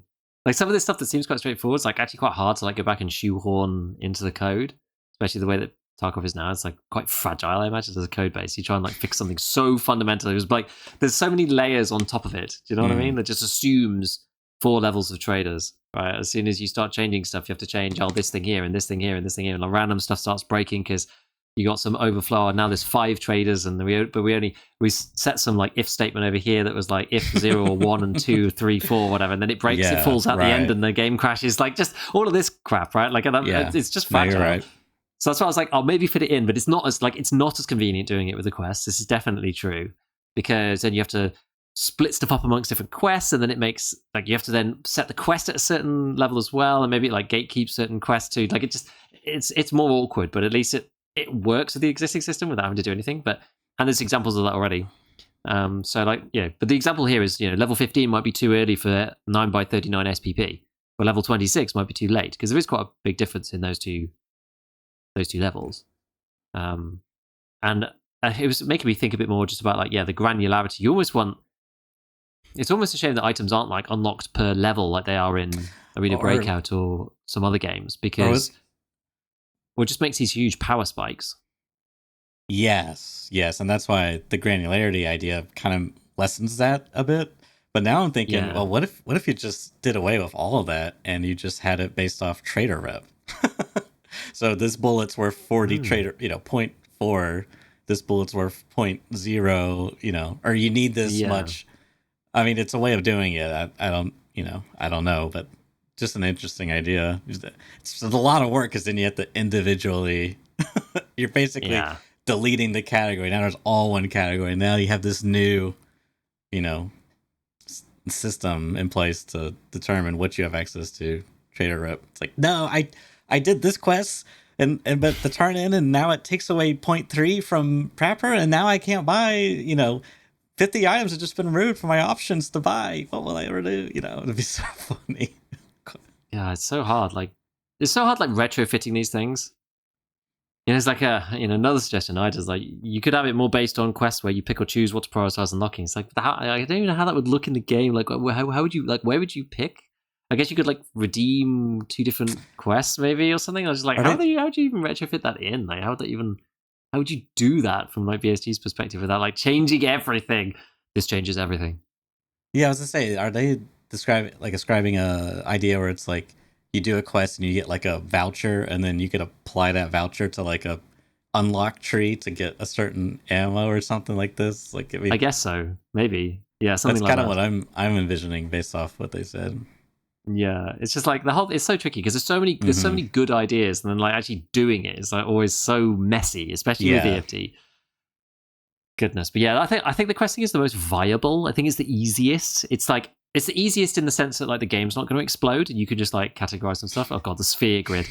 Oh bloody hell, we're really devolving. The 3D sphere grid. 3D sphere grid of like ammo unlocks. I mean, just as a quick aside, or somewhat related, COD's. I really like COD's progression system on their weapon, Call of Duty, because it's a linear. It's linear for the weapon, the unlocks for it, and like some things are like, if you get blackout, high velocity blackout ammo, 300 blackout, it's good for any other gun that uses that same ammo, right? So you'd unlock that, but you can instead just open up the, you know, muzzle options, and then Mm-hmm. scroll past the ones you have unlocked to see all the ones that are locked. Select any one and assign it to like your tracking, whatever. And if you do enough like dailies effectively, then you unlock it. So you could Oh, like, like early. yeah. So you can like, over the course of time, you could like unlock, or multiple unlocks rather. You could unlock a meta, ex YouTubers kits. Here's the 5 attachments you need, and so you just pin those, and then you do your dailies, and you slowly but surely you'll get there. It's kind of neat, Mm. because then you're also going at the tech tree, but then you can kind of skip it by doing these like dailies. I don't know. It's interesting. I kind of like what they have, Yeah, that's but kind of theirs like is, another resource, isn't it? It's like here's your main resource, it's yeah. just linear, and then here's a second resource that you have for like doing something very specific. But their mods is like very, very robustly balanced. I mean, it's basically sliding percentages, so it Yeah, doesn't really, mostly inconsequential. It's usually, yeah.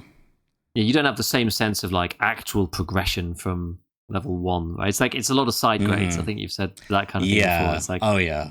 Tons and tons. Like they basically have like 100 guns, and like everything. It's like, you line that on like a spectrum or whatever, and it's like, here's a one machine, here's a SMG, here's an SMG. It's like, what's the difference? It's like, there is a lot of differences, but when you like put it on paper, it's like, oh, the bullet fall off here. It's like this, whereas this one's like this, but this one shoot faster than this one, and you can like, yeah, kind of like slide it a bit with mm-hmm. in its scale, and it's just like it's kind of interesting, but it's like, I like doing, taking something unorthodox like a machine gun, it's not a machine gun, and turning into like a rifle, like an assault rifle, or taking an assault rifle and like getting a super lightweight stock, stuff that like enhances the mobility Mm. aspect. And it's like, it's an SMG now.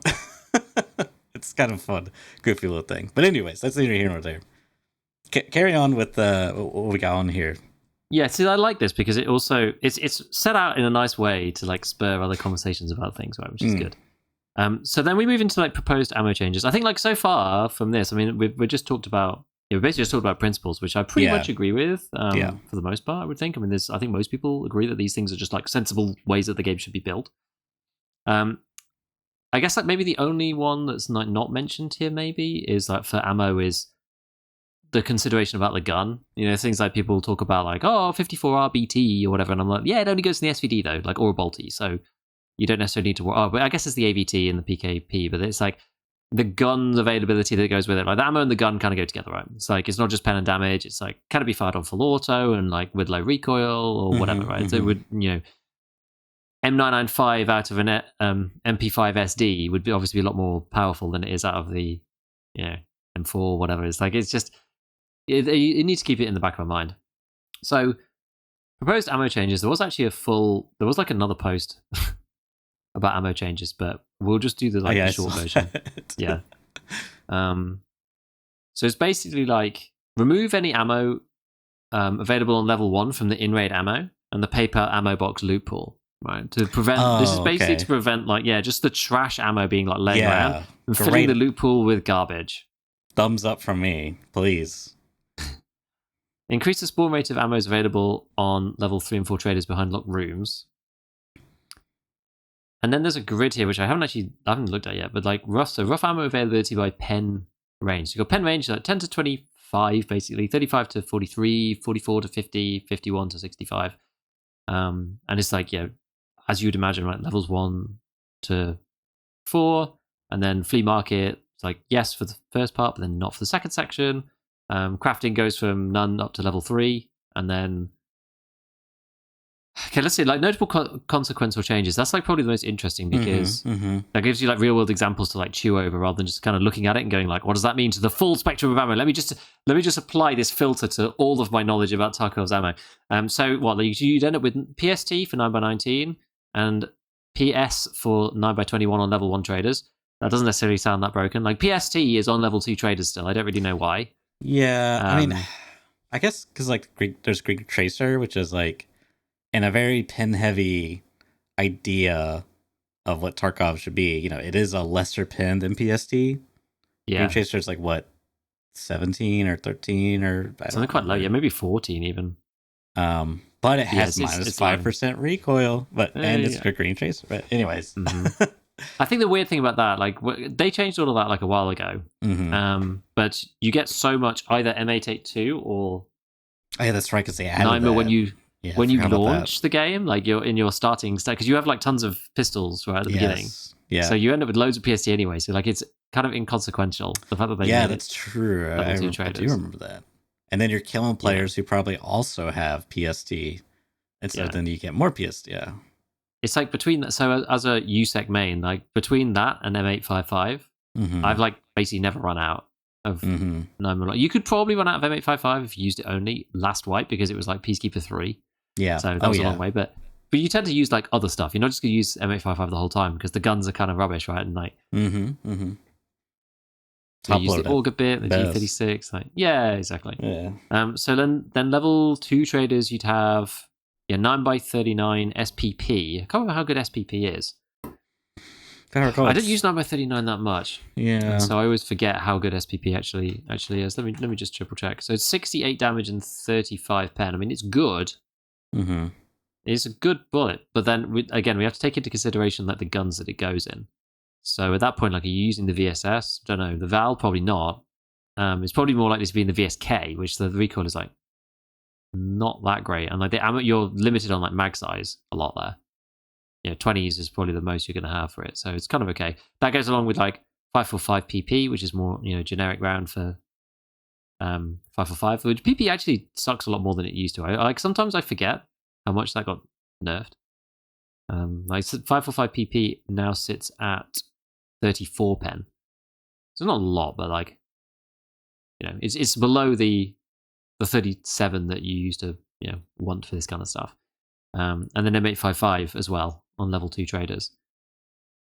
Which, I think like something needs to change because of the armor changes. Something needs to change because we don't have this, small plates system anymore. So M855 on level 3 traders is just like kind of too high.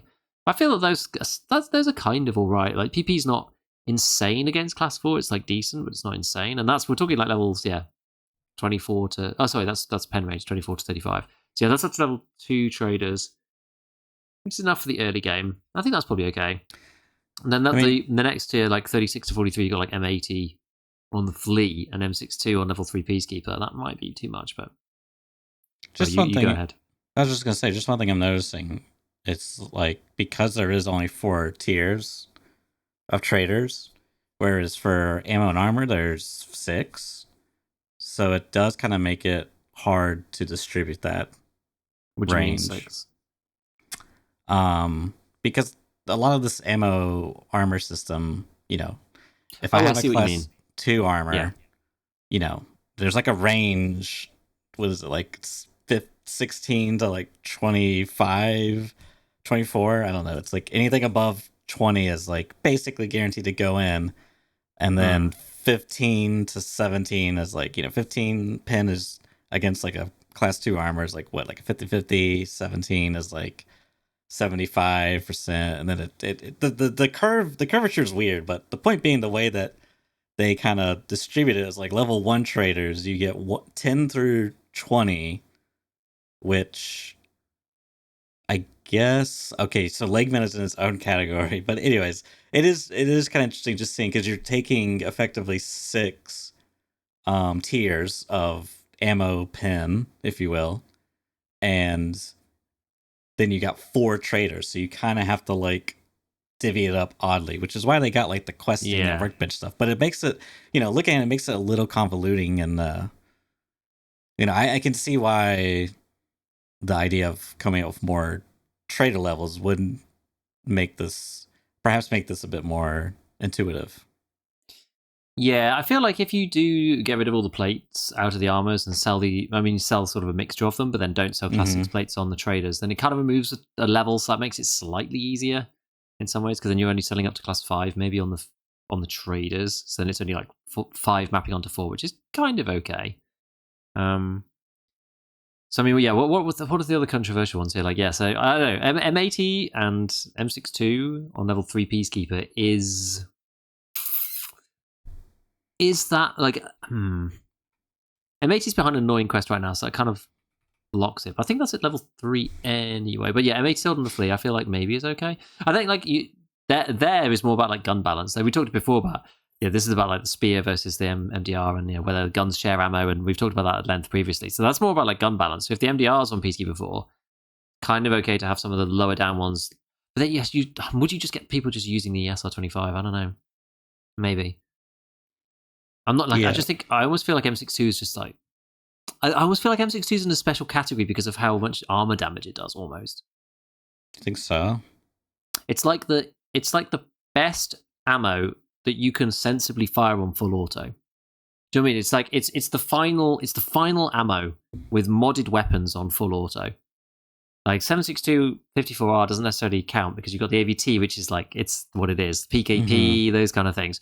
Whereas in like 7.62 NATO, you've still got like the FAL, the MDR, you've got the RSAS and all these guns, which are like, can be endgame. I guess you're not modding them though at this trade level, so like maybe it's okay. But I don't know. It's just like, maybe feels like it's basically it's half the calibers that people use right now is M62. Yeah, I mean, I would say Peacekeeper 4. I would say, just like roughly looking over this, my preference would probably be to, slide everything a bit down more. You know what I mean? Like make things more restrictive. For example, kind of move everything further along. Like instead of M80 or M62 on level 3, I would put it on like level 4 probably, and like. But anyways, point being, you could do this a many number of ways. It's kind of hard. I know, this is the thing. This is what makes it so difficult, because it's like you look at M855 and you're like, well, I don't know. On level 2, that kind of makes sense. For level 3, it's like really quite high up. But then, yeah, M80. I think M80 may be okay because of how it is. Like, it's locked behind an annoying quest on Lighthouse, and so even though you can technically get it at level 36, it's like, you got to do the very specific thing. M62 I would slightly concern me though because of the armor damage. I think I feel like M80 is like not quite good enough against things like class 5 to make it okay, but like M62 just like eats class 5. It just forces its way in, and I think that's what concerns me about it very slightly. I think the thing too that makes it kind of difficult is because there's guns that are full auto and guns that semi-auto. Like M62 out of a SR25 or a Hunter isn't exactly the same as M62 out of a Falfa drum mag, right? Like you said earlier. Yeah. And I think maybe one way to um that you could change that is have like maybe it's like the receiver. I guess you couldn't do it for certain. Maybe it's just based off the actual gun. I don't know. Either way, like the TX, like you give the gun or you give the ammo a property that has like high durability burn, right? And it's like really crazy, and it just destroys the gun if you full auto. However, you give the semi-auto guns a trait that like reduces the durability burn applied via from the bullets. Maybe it's like a 35% reduction on, and the ammo you're shooting TX15. It has this innate trait 35% durability reduction, and you're shooting SSAP out of it, which has like 500% durability. So then that gets reduced to by 35. It's something to me where it's like, okay, that way you can kind of solve this issue where it's like, oh, in this case, M80 is actually not that broken because I need it for my sniper. It's like, well, yes, but or M62. Well, yes, but then you switch to it on the FAL, and suddenly on paper, it's like, oh my god, this thing's really good. You know? Maybe, yeah. I don't know. I'm not sure. Like the one thing that I hate about durability, like I wish there was another lever that was like easier to move I than that agree. one. I don't like it, but yeah. Because durability is like, yeah, I don't like durability because it plays into the jam system, and it's like jamming is just like so uninteresting as a mechanic. It's like, oh god, but yeah, I know it's like it's the easy one to latch onto because, and I often think this too because it's like it's one of the few things we could actually change. Maybe even just like if you want to lean into that, like I feel like you have more control over like almost the heating cooling thing. You almost like make the heat like you don't necessarily have to because changing durability that's like that messes with jamming like directly, whereas like heating cooling doesn't necessarily it's like it is related Oh, to that's it. jamming I because the think I see risk what is you're your going. jam. Yeah, the risk is your jam, but you can see it like getting hot, and you can like you feel like you You have have some some player feedback. agency there. Yeah, exactly, and it's just like the gun is like literally on fire. I should probably stop shooting the gun, right? It's like there's Yeah. there's a very defined loop there, and it's like and there's a risk there too. It's like I can keep firing it, but if I do, it might jam, as opposed to just like I just have to keep repairing this damn thing. It's just really annoying. It's like the durability system on its own. I always feel like you could remove the durability system completely and just have heat and cooling in Yeah, the I was game gonna and play say into it more and change like you could and then it would allow you to do interesting stuff with the attachments too. By the way, exactly. a gun with like worse recoil, but it has like much better heating cooling properties, so you can fire it for longer. I don't know, like it's not really realistic, but it's like that's a lever that's more interesting, gives you more ability to influence stuff. I mean, you say it's not realistic, but it's based in realism. I mean, there's It definitely is. gun parts that dissipate heat better than others, and there's gun parts that absorb heat or retain heat better than others. I mean, it's interesting because yeah, you gave me like if you did, like you could build a gun that has that, and you're gonna plan to put in bullets that have like really good heat statistics, like it doesn't overheat easily. So then that allows you to take parts that don't have good traits in it that, they are heavier, they are pure metal, they do overheat more. So you get like more recoil control or whatever, you're after. But you have to take the cost of taking the lesser ammo. And if you want to risk it, you could take in all the parts that overheat, add extra overheat and the AP ammo, but that's the thing you take. So you fire, 5 bullets and suddenly your barrel's on fire, or whatever. Like I feel like that would be so interesting because as you said, you get that feedback. Because when I'm playing a raid and like I'm in a, you know, fighting 10 guys and on the interchange or whatever, just like someone started raid, you just kill a bunch of scavs, whatever. And then I get a jam. It's like I had no idea. Like when am I ever like pulling? Like I'm gonna pull out the menu and then look at my Yeah. durability. Like it's for most raids it's a non-factor, but you do have those raids because of that. What is it? 93%. If it's Mm-hmm. above 93%, you just cannot get a jam. So it's like it's just like that's why it feels even worse because you're like, oh my god, I had no idea. I guess that in hindsight, I was shooting my gun a lot. I mean, I guess like the ultimate meta play is like you are supposed to hit tab and look at your durability meter, but it's just like having a mechanic baked into the actual gameplay with the barrel because they already have it there. Right now, it's like it does have some effect, I guess, because when it is red, you do take more durability damage. But as you're saying, changing it to where it's like now it's giving you feedback like you're gonna jam soon if you keep this up. You're playing with fire. Like increasing odds. That's kind of like what we talked about, or I mentioned some time ago. I really like that idea. I just think it's so interesting, just the kind of like I keep my weapon maintained completely so I can ignore this mechanic entirely. Yeah. Versus like I don't do that, or I forget to do it in one particular raid, and like once in a blue moon, my game just ends. Yes. It'd be like you have to take your heart pills every time you log into Tarkov, because if you don't, one in 100 raids, you're just gonna have a heart attack and die. Right. Like that's how the mechanic feels. Whereas like the game mechanic of like I fire the gun and it heats up and I know it might jam if I like push it too much, and you can see it heating up. Like I just think that's so much more engaging, and also it feels quite good to the play. It's so many of these things in games, and we've talked about this as well a million times. I should probably stop saying that because we've talked about everything so many times. There's something about like the aesthetics of just playing. There's so much to that about the feel for games. And when you're in like an epic firefight with somebody and you're like shooting, you kill two people and there's still one more and you're reloading and the gun's like there's like heat haze coming off it, the whole thing's like glowing red hot. You're just like, I don't know, it's like it's cool. Like, it's a cool thing. Oh really? Oh, now you're back. Okay. Oh, is it back? Okay, I don't know what happened. No, it's just like it's a cool thing, right? When you're in the fight and it's glowing red, and you know that because it's like it's almost a representation of like how hard you've been fighting. Yeah. As well. Yeah. It's like, look how hard I've been fighting. Like the thing is like glowing. It's like nearly on fire. It's like it's a nice thing aesthetically to have. Absolutely. But it gives you that feedback that it's something bad's going to happen if you keep going. And that's like I actually think that's a good one. It's a good lever that we've not really talked about much. That I think is actually valuable. That isn't played into enough. And we've got all these heating and cooling. Like I don't even have a list of attachments with heating and cooling on. I don't even have a spreadsheet for it. That shows you how unimportant it is. I have a spreadsheet for everything.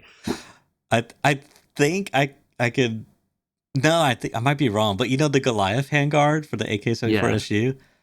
I can't remember, but I think it has like slightly better cooling, or either that or it's the same than the B11. But either way, it's just like as you said, it's like such a non-relevant mechanic, unfortunately. Like it could be, and it doesn't show you in the weapon builder either, so you never get to really see it, right? Like where's the overall plus? But you have to add it up yourself, which kind of sucks.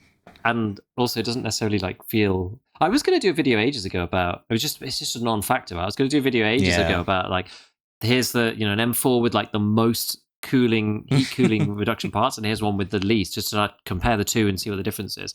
But it's just not a factor. That's the problem. It's just not. It's just not worth spending the time looking at, right? Well, it's just like I haven't even done it, but just like we just don't run into that situation enough. Like we don't, because it's not. It needs to kind of be a problem. People are like, oh yeah, my gun keeps jamming because it's getting super hot. How do I fix that, right? But like that's not a question that anybody is asking. Yeah. So it makes it very difficult. Then, like sometimes I do look into these things anyway, just out of like pure interest. Of course, but if tons of people are thinking about it and asking me about it, then that obviously spurs me on usually to think like, oh, this is something that a lot of people would like to know. And because all of the things are like minus 1-2% on heating cooling, right? It's just not really like.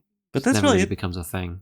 Even that in itself is super interesting because then you could lean specifically into like cooling, right? So like your gun's really good. Like it's gonna overheat quickly, but it's gonna cool down quickly. So like you have to play around that aesthetic. So it's like you have to like take burst shots and then you just wait for a bit. It's like you can't full auto, but like.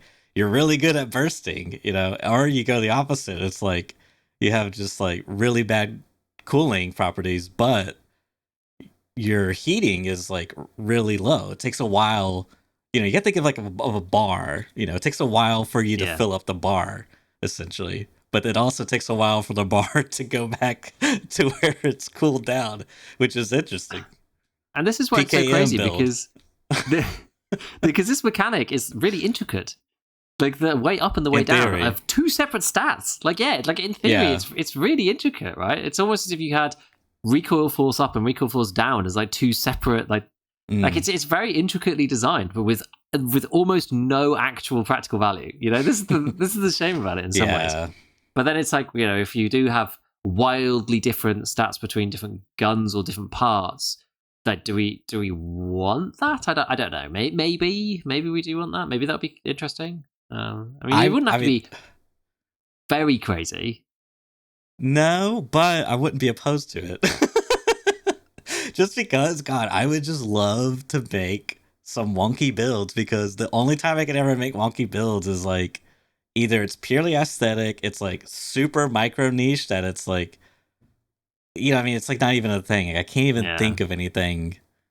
Usually it's just like using the gun itself is like the STM is like in of itself, like, just bad. Like, but it'd be fun, man. It would be so like there's so many M4 parts too that are just like not like used, that wing skull one that you can't put any handguard on, and it's only found in raid. I think so. It's like purely for drip. But yeah, if you gave it like some kooky use, like minus 50% cooling or something, right? Like, whatever. I guess plus 50% cooling, minus 50% heat or whatever. So you can like fire, like this thing, it handles like a dog, but you can fire it for a long time. It's like the 100-round mag build, Yes, it's literally so cool. Yeah. Okay. So where did we get to? So I had questions about M62. But like, it's just impossible to balance, because of all the different guns. It just like makes it very, very hard. Then we've got like the next category, which is like level 4 and level 3 plus quests, that kind of thing. So it's like M855A1, 762BP. No one cares about 762BP anymore, so it feels like maybe it's kind of all right. And then level 4 plus questing stuff. You've got MIAP and SSAP, which is like craftable. And then leg meta is its own thing, where you've got stuff sold on traders. I often think that leg meta ammo is like just either too hard to get or it's too expensive. Like the only reason why leg meta works is because you need 6 billion RPM and 50 round drums. It's the only way that you really get leg meta kind of on par, and you still take a TTK downside usually and a tactical downside too, right? Like you're doing a corridor peak with people. Like it's like everything. The stars have to align. You have to have the highest RPM gun with the biggest magazine with the highest damaging stuff. You're not fighting in a corridor. Like the legs aren't behind a box. Like all of this stuff, and then you can kill them, and then it looks good on paper. But practically, it's just like so awkward. So I quite like that that's separated out of its own thing. So then there's some other suggestions here. So do not apply penetration and damage drop off until after the bullet has traveled 30 meters. Reduces instances of low damage rounds losing enough damage to not be headshots. Would be a minor buff, but primarily benefit caliber smaller than 5.56. So that would be that's exactly things like APSX, which does exactly the right amount of health, head HP damage, which, as I said, is a bit strange now because it does kill you anyway. So I don't really know what the deal is. That's another topic that I nearly looked into but didn't, which was how far could you actually realistically shoot somebody in the head with some of these things that don't technically work? Because you can shoot them in the arm, you can prove that it's doing 34 damage, and then you can hit them in the head and they die instantly. And it's very weird, but that takes time. People have to be at distance. You have to do it, and I guess it does. You have to land the shot. You have to land the shot properly and whatever. Like it does matter. It does matter actually. It's surprising. Like more, you can kill people with like 855A1 a lot further than you'd think if you went to look at the ballistics chart and look at the point at which it goes under 35 damage. Like they die. It seems like not always. Like again, it's not been completely. What's the word? I've not done it like extensively, but it seemed that you didn't always die. And I personally think it's the hitboxes thing, right? The overlapping hitboxes. Sometimes you hit one hitbox and they don't die. Sometimes, most of the time, you hit two, it pens through and hits the second one, and then they do die. So yeah, I don't know. So maybe that would be good, maybe not. Like I'd need to think about it a little bit. The one thing that I would like them to do, which is like an off sort of spur off of this, is actually to scale the ballistics the way that they should do. So the bullet has its like stated pen and damage, and then when it hits a target, like you could use the same formulas for slowdown or whatever, but when it hits a target, it does the damage proportional to like the difference. So basically, like out of a fast, like a long barrel, with a suppressor on it. Oh, The bullet comes out yes. fast, so it actually comes out with like more than its rated damage. Yes, I agree. I think that would be a really great additional mechanic for modding decision. Yeah, I wish that they did something like that, because then you'd actually be like penalized a bit for taking short guns with like lower power, and maybe you just do it to pen. I don't know. Like damage. I mean, maybe it's not. They've got damage upper from the game. They're not going to change that, I don't think. But yeah, just like scaling both, I think makes sense. Mm-hmm. Or yeah, at least penetration. But I don't know, that's kind of by the by. What's this? Some small subsonic buffs, recoil reducing rounds, US 545 to like 30 and 762 US to 38 pen. Make them more competitive mid tier rounds. Potentially, yeah, because nobody really used them. People used to use them before, like sometimes as kind of a joke, like on big mags or faster firing whatever. Mm-hmm. But like ever since the new recoil, I don't think I've seen anybody using them. They also took away a lot of the benefit for these as well. Like they took away a lot of the like negative recoil reduction stuff on most of them. Even things like 7M41 are not particularly like used for recoil reduction anymore, just because the recoil is like, good, right? It's like much better than it was. So maybe because we just don't ever see them. So I can kind of understand that. And then like, yeah, I think that the armor plate grid is broadly, no aramid protection, level 1, class 2 with thorax only, level 2, class 3 with thorax and stomach at level 3, or class 2 with arm. Level 4 is class 3 with full protection. This is like the base carrier without any plates. Right. We're talking about. Right. Gotcha. So it's just scaling based on what we said, right? The different definitions. Mm-hmm. Mm-hmm. So what was class 2 with thorax only is like some of those rigs. So they create a fictional class 4 airman? This is trade level over there.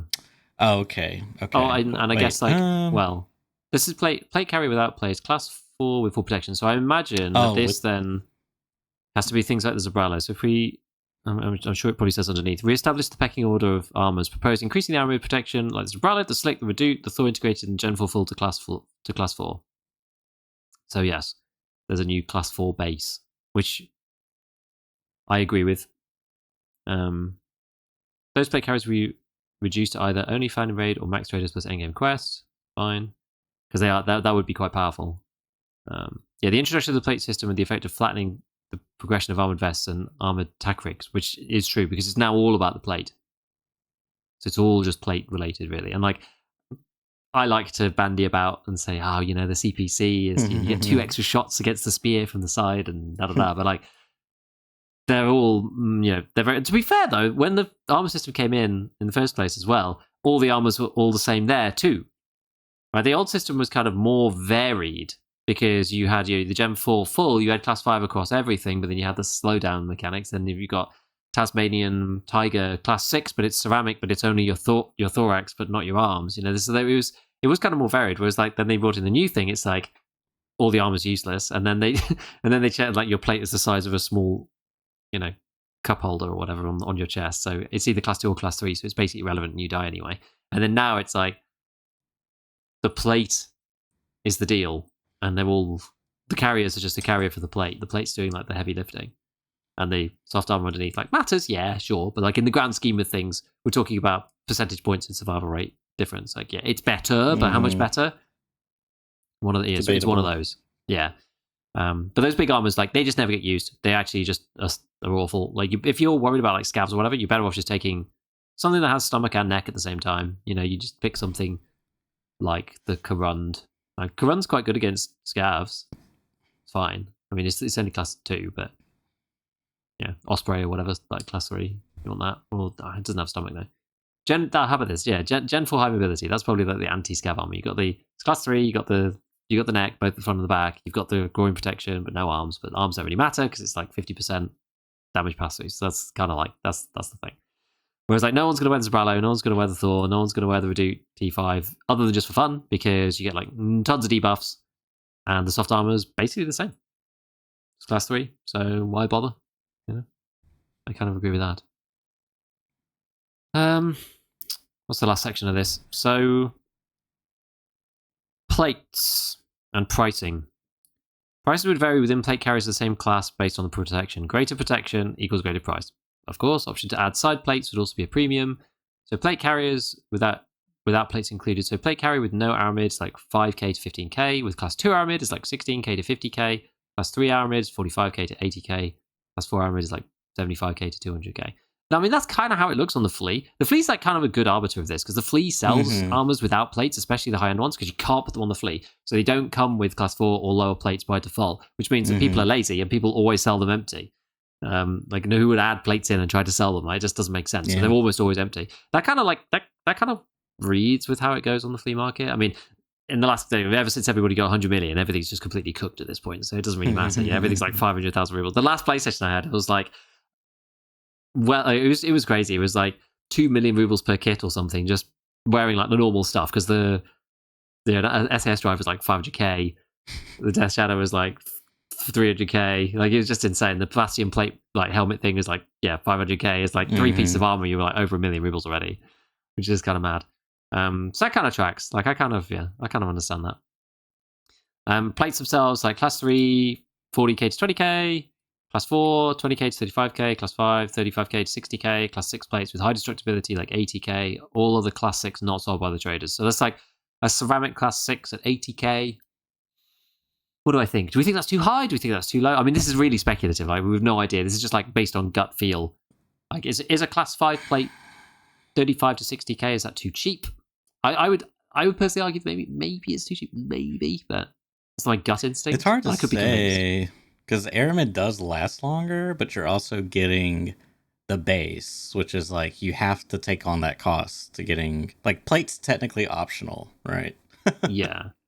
Whereas like there's a lot of like baked in costs to the armor, which, you know, I guess largely the point we haven't entered maybe there's a space now of class 4 Aramid where you could just run just the like that would actually be really interesting to see if they did do this and players actually ran just the class 4, like they bought like a really cheap class 4 Aramid, you know, just to run that, no plate.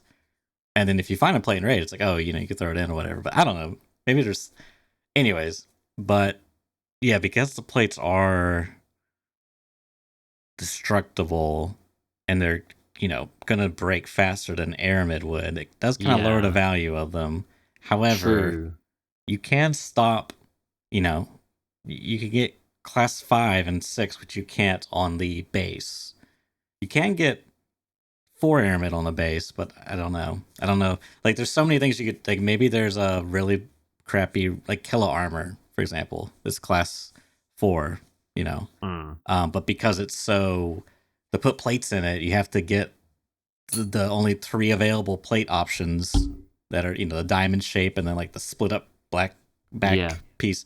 It makes it so devalued that it's at like 75k. So maybe that's like an option that you could buy for like just using the, because in some ways too, because those plates are, let's say you could hypothetically buy them off the market, like the class 5 versions, because they are so rare, the supply is so low, it kind of inflates the price a bit in theory. Depends what, you know, market's like, but I don't know. I could see it being more expensive personally, but I don't feel super confident that just I don't know. I would say probably a little bit more expensive, I think. Maybe, yeah. Because what we're talking about here really is like some crappy class 5 plate for 35k, and the GAC plate is like 60k, and then a ceramic class 6 plate is like 80k. Like the ESAPI 4s or something. Yeah.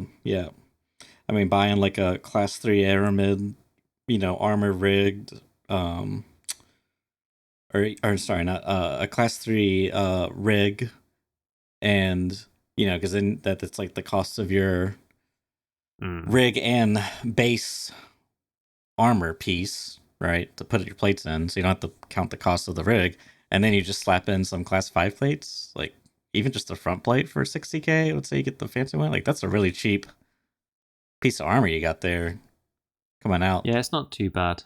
I don't know. Yeah, I feel like it maybe could go up a little bit, but like it's in the right ballpark, I think.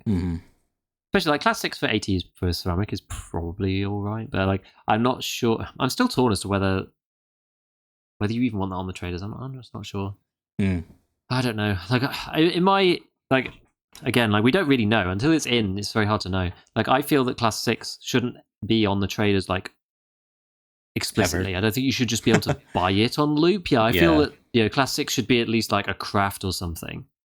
Even then, I felt like I don't At know. most, though, that's the thing. At most, Yeah. and it'd be like a long craft to get like ceramic, like one ceramic class 6. Yeah. Okay. Yeah, I could see that. Yeah. Like a level 60 quest or something, level 50 quest. You get your Maybe one. not even that. Maybe not even that. But just like just a long craft, just like it just takes a long time. Mm-hmm. Because then you're not being able to just like chain buy them. I think that's the thing about the termites, because you can buy 2 per reset. Every 3 hours you get 2. Whereas like if the craft was like 10 hours, that would actually be a bit it'd be limiting, right? It'd be limiting. You wouldn't just you'd only be able to you'd get like 1 or 2, and then it's like I've got to do something else. And then it would also that's kind of interesting, because then it would clash with like the other plate crafts. Like adding more plate crafts to the lavatory doesn't necessarily mean more plates get added, because like you're having to do that instead of doing the GAC one. That's a good point. I didn't really think about that. So that's interesting, because there's a bottleneck there. Yeah. You have to choose then. Like, do you want the class 6 plate that takes you 12 hours or 10 hours, or do you want the GAC craft that's like 5 hours? Mm-hmm. I don't mind that. I feel like maybe it could be okay. But yeah, I don't know. Maybe 6 other traders is okay. Maybe it's like 1 per reset. Maybe that's fine. If it's ceramic, maybe that's fine, and all the rest in raid. I think like even if it was, I'm just thinking like if it was just like 1 per reset and it was the kind of rubbish one, would I want to go into raid, Kibba or whatever, and go and find one later?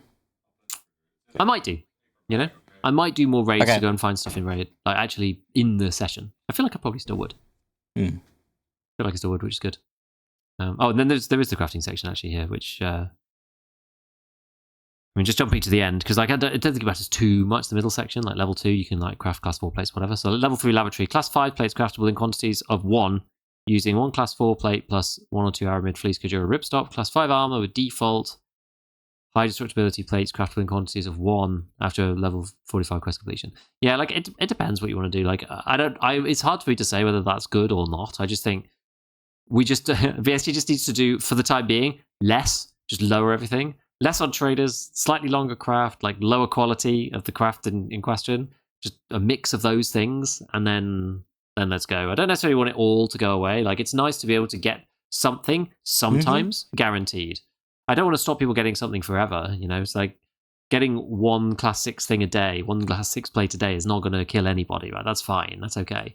You only get to use it for, well, but then it makes it really important to survive. So like, it's actually kind of all right to have good stuff. This is why I'm not against good stuff. I've been accused so many times of being like, oh, you're against good, like, people having good things. Like, why nerf all this stuff? And it's just like, the more valuable the kit, especially if it's like destructible, it makes you kind of want to take care of it a bit better, you know.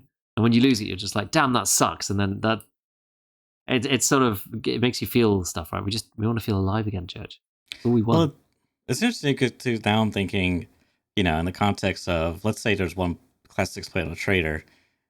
If you're this, you know, this is like a very perspective thing. Like someone like for me, when I'm playing, if I'm really dedicated, I can set alarms, and like, especially like working from home, I mean, you effectively do the same. So it's like you can just like boot up Tarkov, claim your class 6 plate, and if you do that every 4 hours, I mean, you'll build up a supply long enough by the time you actually play. It's like, you know, and whereas if you're coming from a different perspective where it's like you do that once every night, you know, it's like I can't, because what we're saying, I think, is we're trying to make it work to where it's like you don't run into this GAC problem where you have like virtually, not literally, but virtually an infinite supply of GACs. You know, you have so many GACs you don't know what to do with them, and now I'm starting to think, what if they just, instead of doing like 4-hour trade resets, it was like 8-hour or like 12-hour trade resets, and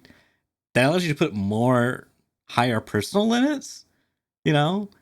And you could also put in more valuable stuff, but you could only get it once per every 8 hours or every 12 hours. Because like if you do that now, like I mean, not every trader is 4 hours, but like some of them are. Like I think a handful are. You know, that makes it to where people can just continually spam it, and then people who can't do that indirectly get negatively affected. So if you make it to where it's like, oh, there's a wider window of opportunity, I guess. Yeah. It's more accessible effectively. And like, I don't know. There's something there. See, that one's a really interesting one. That's like, what if there's one trader reset per day? Yeah. But you have 8 times the personal limits. Right. Like, it's the same per day. Overall, say the trader's like resetting every 3 hours. That's not the case for all the traders, but just assume for this argument. It's like, what does that do? What does that actually do? It's kind of more fair to people in some ways, as you're saying, right? Like, if you're able to just sit here and just claim every 3 hours, it makes it very easy to build up a big supply of stuff, especially if it's then the ratio of the time that you're at the computer not playing games is very high compared to the time that you're at the computer playing games. If that's super high, like it is for me, because I don't stream that much really, but I'm always here at the PC, it's very easy for me to grab stuff. Right. And same with anybody who works from home, as you said.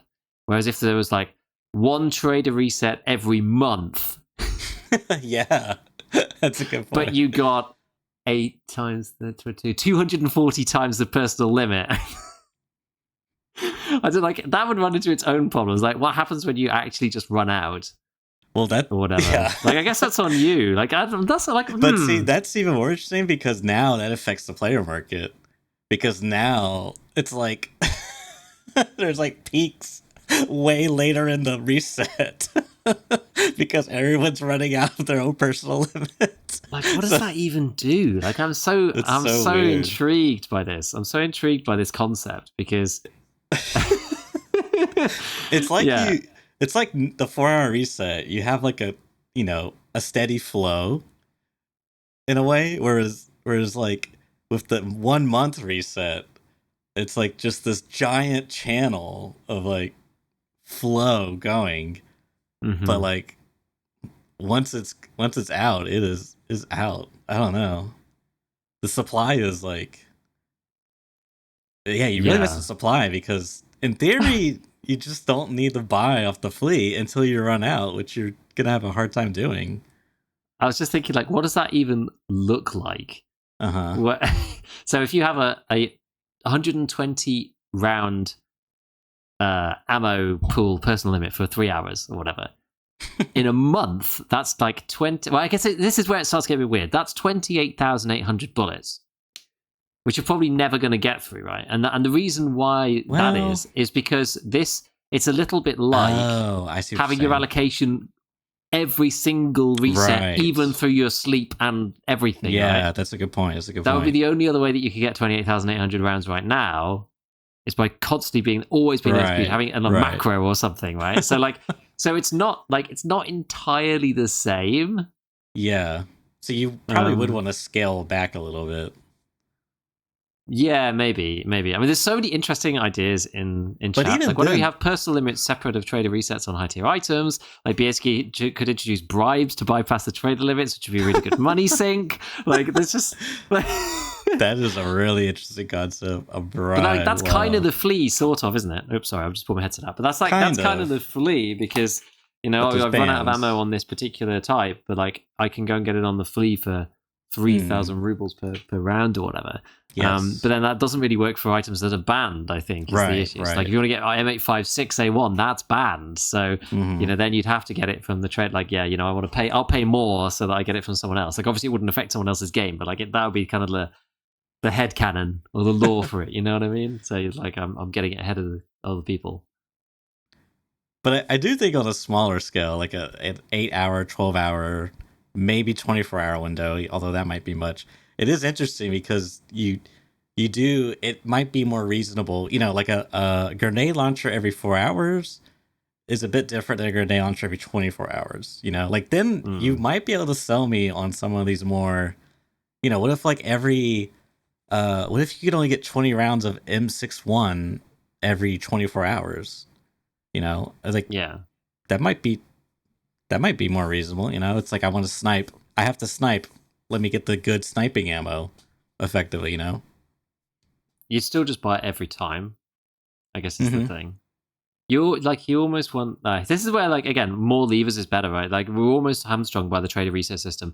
The trader levels are too binary, and they're too like quantized. There's too much on each trader level, not enough like spread out.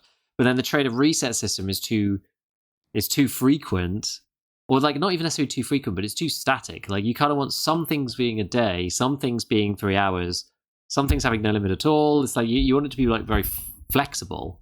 You want to be a bit more flexible than it is right now, because some stuff is too much if it's on 3 hours resets, but some stuff is just not enough if it's a day, or ends up getting strange, or it's way too much ammo being on 24 hours to try and balance it between different types of players. So you almost need two or more tiers of like trader reset, where like, here's all the normal stuff, but then here's the things that only reset once per day, like a class 6 plate or M62 on a small level. You need like 2 tiers of resetting almost to like make that work. But let me write this down. So we got trader rep. We disbanded trader levels. Now we got trader rep individual items. Yep. We got individual separate resets for individual items. It's like every item's now got its own reset and its own trader level access to it. Exactly. You got to do a bribe. It's got a bribe price as well. Bribe multiplier. Got, price fluctuation. APSG, why don't you just change the entire game? Thank you. Yeah. You're sincerely the Tarkov community. Well, I mean, it is like just like crazy. I mean, thinking about it, it's just like, that would probably be really hard to navigate as like a new player, Mm-hmm. Yeah. Like, how do you visualize these things so it's like easily communicated to the player? Oh goodness! I mean, look, it's interesting. Like, there's definitely ideas in there. I don't know. Like, I think the balancing discussion is completely fine and very sensible. Right? This is basically just like rebalancing things so it's sensible. And if we bring stuff back a little bit from where it was, then we'll see in the next iteration. That's fine. That's what we need to do for now. But then for some of these other ideas, they're probably a bit too far like out of the game mechanics. That's why I always try to think of like, how would BSG do, like, how would you actually implement this without adding stuff to the UI or like changing this or changing that? That's what always makes it so tricky. Because like, I would like to see things where once every 24 hours you get to pick a thing, right? Because you say like, oh, there's a once a day refresh on M61 and you get 20 bullets. It's like, well, you wouldn't just go like, oh, I'm going to do some sniping. Like, you just buy it every time. Whereas like, but if it was like a cult termite plate or 20 rounds of M61 or a bastion head plate or like what, something like that on items that just rotate round, you don't know necessarily what you're going to get, and you get to pick one every 24 hours to purchase. You still have to buy it, right? It's not for free. You still have to buy it, but you can only pick one of them. Like, that would then at least be, you go, oh, I am actually going to do some sniping. Maybe I will pick the rounds this time. Like, I don't normally use it, but maybe I will. Something like that on rotation. But like, again, how do you fit that in the damn game? I don't even know. Like, maybe on fence? I'm not sure. Maybe it's a max fence thing. Fence or a new trader. But it's interesting. Like, it's like a loot box. It pops up. You get 3 different options as your reward. You can only pick one when you got to pay a price, but, Yeah. That's the thing. It's like something there. That UI doesn't even exist. It doesn't even exist in the games. It's like, we're never going to do it. They could, they could do the weapon cases. Remember the weapon case event? You like unpack it and then it just like, oh, true, poops out your loot inside your inventory. True. Yeah, maybe there's something there with the weapon cases. Maybe. Don't know. Overall, though, I especially like the principal section. Is just like, I mean, I hope BSG sees this and like in particular sees the principles, because like, yes. Please. Yeah, that's the thing. Like, the principles are more important, aren't they? Yeah, it's like the numbers, they matter, but I just worry that with like BSG especially, it just feels like sometimes they laser focus on a certain thing, like X thing is these numbers. We, a classic example, the alien tech, it's like, oh no, we put the numbers too high. Let's bash it down to where it's useless of all the other 50 different muscle breaks, So, yeah. Overall, those shoutouts to, what was it, Ashens? It was Ash Rises in the chat. Ash Rises.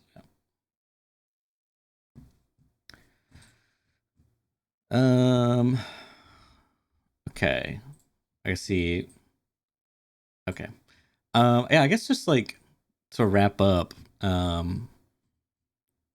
I could squeeze in one. Yeah, what you've been playing. What have you been playing? So, I actually haven't played this game. I've been playing lots of different games, but I won't go into that. But this is an upcoming game that I'm actually pretty excited for. I didn't get into the beta. Unfortunately, it's currently going through closed beta, as I recall. It's called Spectre Divide, and Oh. it is a tactical shooter in the vein of like Counter Strike, Valorant. However, it has a really interesting mechanic. So it's a 3v3 game, right? You get three players versus three, and you have a Spectre, which is another character you operate. Okay. And you can swap between them and you can do multiple tasks. Like you can set your character to plant the bomb and then swap over to your other character to like play. Like, it's so strategic. And it was just like watching. I think there's like footage of Shroud playing it on his YouTube channel and watching them play and like they play the Des or something, and it's just like, oh my god, there's like so many like mind like games like strategy related. Like it's just like I don't know. It's like at its core, it's basically like Counter Strike, Valorant.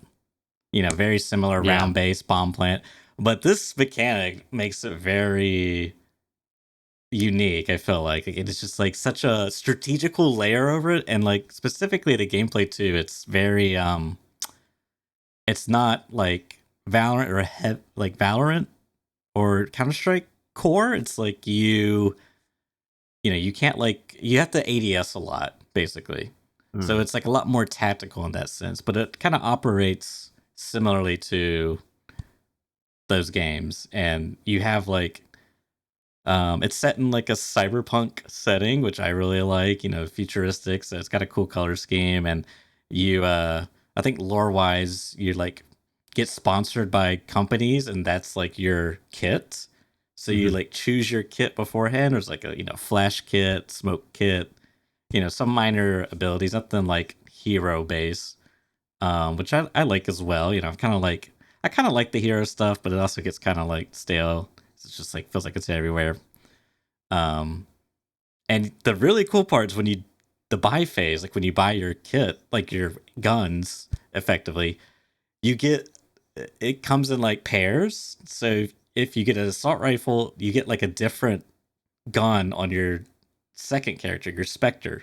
So it's like there's like it's even adds layers. Like I think for the sniper kit, you get like an op, and then on your other character you have like a shotgun. So you have like it's just it's so interesting to me, and I love the fact too that it's 3v3 because then it's like so much easier to play with like.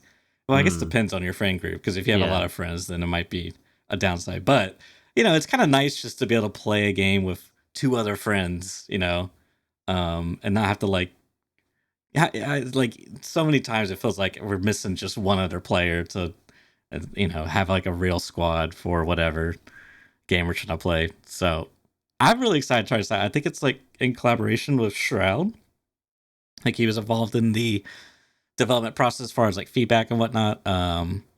And I just think it's so interesting. It's like the tactical side of it is really what I'm excited about because it feels very like you feel smart. Like watching Shroud play and like him kind of like going through the mental steps or like talking about the game and stuff. It's like, oh, we could do this with this, by Hmm. throwing, switching here and doing this. It's like, oh, that is so cool. Yeah. I like it when it makes you feel smart. That's what I like about it. I think it could be really great, and it could be really awkward, and I think that's like how I feel about it. I'm just Yes. like really just Yes. held because Correct. I've been playing with two characters for like a month now with my stream PC, and it's like, dude, it's a freaking awkward. Controlling two characters at once in an FPS is like weird, jank. I know you're on the same keyboard and mouse; it's a bit different, right? Yeah. So Uh-huh, what happens? uh-huh. So someone asked like, what happens with the Spectre while you're not using it? I believe it just stands there, right? It It just just stands stands there there, because yeah. it's your other character. So Yeah. it's like my gut instinct to that is it just feels like horrible. Like it does fit. That feels like kind of nasty to me because it's like it feels like I'm trying to play 6v6, but there's not enough of us. Mm-hmm, It's sort of just like how it feels a little bit. So like, but hopefully it'll be quick enough, because I'm not seeing the gameplay to this. I've just seen the game like broadly around. I did watch like a little bit of like the trailer to it. I'm not seeing the actual like full on gameplay, but I just hope it'd be like quick enough between the two that it would feel dynamic. And I want it to feel less like, I'm trying to control two computers with two different characters and it's really awkward, and more that, if I have like 500 APM in a real time strategy game, then I can control like both in a reasonable fashion. I think that's the issue, that you can't control both at the same time. It would almost be interesting. Can you imagine if you had like WASD, like TGFH, like set up on the keyboard? You could control both characters simultaneously. No. Like, I don't know I'm sure how there's a game like that.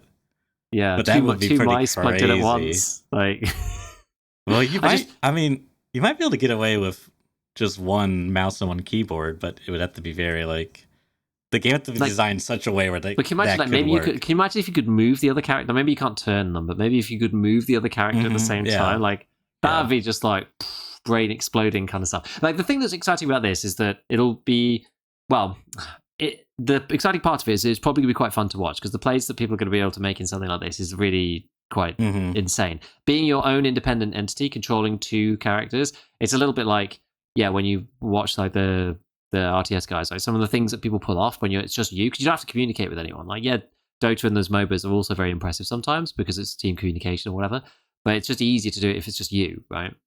You know exactly what you want to do. You don't have to tell anybody. You don't have to pre-practice anything. But then the part of me that makes me think like, I'm not sure about this, is that like these games do rely on like a casual player base, and is it going to be easy enough to actually just enjoy the game, or is it just going to be like, is it just going to feel really awkward the whole time? I don't know. We'll have to see. Yeah, I really hope it's not. I mean, well, it's going to have like a ranked system and ladder, which I think is good, because then, you can get match of people of your similar skill, and there's going to be a learning curve for sure. But my hope is that the game itself, like, there's going to be a weird crossover point. Like in Counter-Strike, for example, there's like this kind of annoyance where, there's like mechanics you gotta learn, and like aim and getting good at that and stuff, and like smoke grenades and setups. I feel like the big mechanic here is going to be utilizing the Spectre mechanic, and then everything else will follow. And I hope that because of that, the game leans more on your strategy, versus your like raw skill aim. Like, oh, I mastered my AK spray. Oh, I spent 4 hours training in the lobby for this perfect smoke grenade, because CS is kind of like that. But anyways, do you know if the aim is like, how is the aim? Is it like COD aim, or is it like spray pattern skill check aim? It's like if you married the two. Like, your hip fire is like super inaccurate, right? Like, you only really want to do it when you're up close to them. Yeah. And it has a bit of that Counter-Strike. Is there like a preset aim pattern though? Do we know yet? I believe so, yes. But you're supposed to, like, you basically can't hip fire, so you got like ADS. And one thing I noticed, and I hope this is the case, it could just be coincidence. I don't know if I can find a screen grab, but it seems like to me, like in this shot here, you got this, there's like a gray wall, and at the bottom of it, the base almost, there's like this yellow, industrial looking metal material on it. And it seems like that at the top of that yellow material is about head level. And I noticed that in a couple different areas of the game. And so my hope is that like that was intentional and part of the design, because that makes it easier, this high contrast yellow, these lines. Someone says, yep, that's the case. Okay, that's great. Yeah, so like it makes that sort of aspect like easier on the player to like kind of like these more fundamental CSGO mechanics that really didn't exist. This philosophy didn't really exist back then, or Counter-Strike. You have to watch some Shroud gameplay and I'll have to watch some gameplay and see what I feel. Like, I just hope that the actual shooting isn't like CS Valorant, like that it's not super close to CS or Valorant, because like I basically had a huge rant with like 10 friends around the breakfast table like 2 days ago. Oh my God. talking about how like CS is like the worst shooter of all time for like casual players because it sucks to play because it just sucks unless you're really into the game. It just sucks to play and it just feels so bad. And like we played like a decent amount of CS just over the weekend, just like just between ourselves. We weren't like playing ladder or anything like that. We were just playing between each other. And it's just there's so many like none of us have learned the patterns, right? Because none of us are like CS pros. And if you have one person in your game that knows what to do, like we had a friend of a friend who played with us like on another one, and we just all die. You just all die all the time, and it just sucks. But then like between us, even then, it's like you're shooting at somebody, and you're like sometimes you just kill immediately, and sometimes you just cannot kill the person because you just can't guess this. Like it just is awful to play casually. It's awful. Yeah, no, 100%. And the feedback's not really great either. Like you have to like stare at the bullet holes, and then when you're actually playing the game and shooting at the person, you're not going to see the bullet holes, like the blood splatter. Like it's no 100%, and that's why I hope that the game gets away from that, where it's like the challenge is not how good are you practicing your spray patterns in the practice range for 4 hours. How good are you at using the strategic tool set we gave you and implement that into the game? That's good. That's what I want. That's what I hope is the case. So yeah, we'll see. That's what I'm angling for. And I think that's like back in the day, that's the main reason why we moved away from CS and moved to the Call of Duty series, because Call of Duty is just much more intuitive as a shooter. Like it's there was the new wave of bullet goes where gun is type of shooter. The aim point jumps around and the next shot, recoil increases and your aim will now jump around more. Well, it's because, it's partly because ADS wasn't really in CS or whatever. This is like this hangover into the professional scene and competitiveness or whatever. It's like, that's fine. It's its own genre. That's okay. And people like that. And, it's good as a hyper competitive thing. There's like high skill ceiling on it. I get it. But this is like, unless you're one of these legacy games, and Valorant's kind of like copied that model because of CS, unless you're in that legacy camp, like it's got to be playable for people who don't want to play and don't want to sweat all the time. Otherwise, they just won't play, and you'll be left with a small group of 10,000 people who are like super hardcore, and the game will die. Like, it's just I don't know. So I hope that they don't miss the opportunity and it doesn't feel awkward to use. I think we'll see what it feels like. I don't know. No, I totally get you, Giga. I think it is like an older philosophy. Like I was playing Overwatch, had like a little period where I'd play that, and it really was a lot more learning. At least for me, where I was at, it wasn't the skill check wasn't can I hit my shots mostly. It was, do I know the strategies of the game and like when's a good time to go in and not, my ultimates, how this does, how these matchups interact, like. A lot more of that stuff was at play versus anything that was like, oh my god, I have a 73% accuracy rate with X hero or whatever. It's like none of that mattered. Because that feels better, right? That feels better. You're learning the game, learning the heroes. It's kind of interesting. It's like, okay, this is fun. Yeah, it's quite good. So like, I guess this is the point where with like where we left the LAN, we actually played like quite a few different games, which was quite fun. But we didn't end up really settling down on like any shooters really, because it's like not really any shooters we're really playing right now. And one of my friends was like, by the time we come to the next one, we need to decide on like an actual shooting game that's going to be good that we can play as a group. So if anybody out there has any suggestions for good shooting games that you can play with like 10 people simultaneously, it's just the difficulty these days of even like making private lobbies is like almost impossible on a lot of these games. Like, we were like sat there in CS2 having to like set up servers and connect to each other by IP using the console. It's like, it's almost impossible now to like do anything sensible in the UI.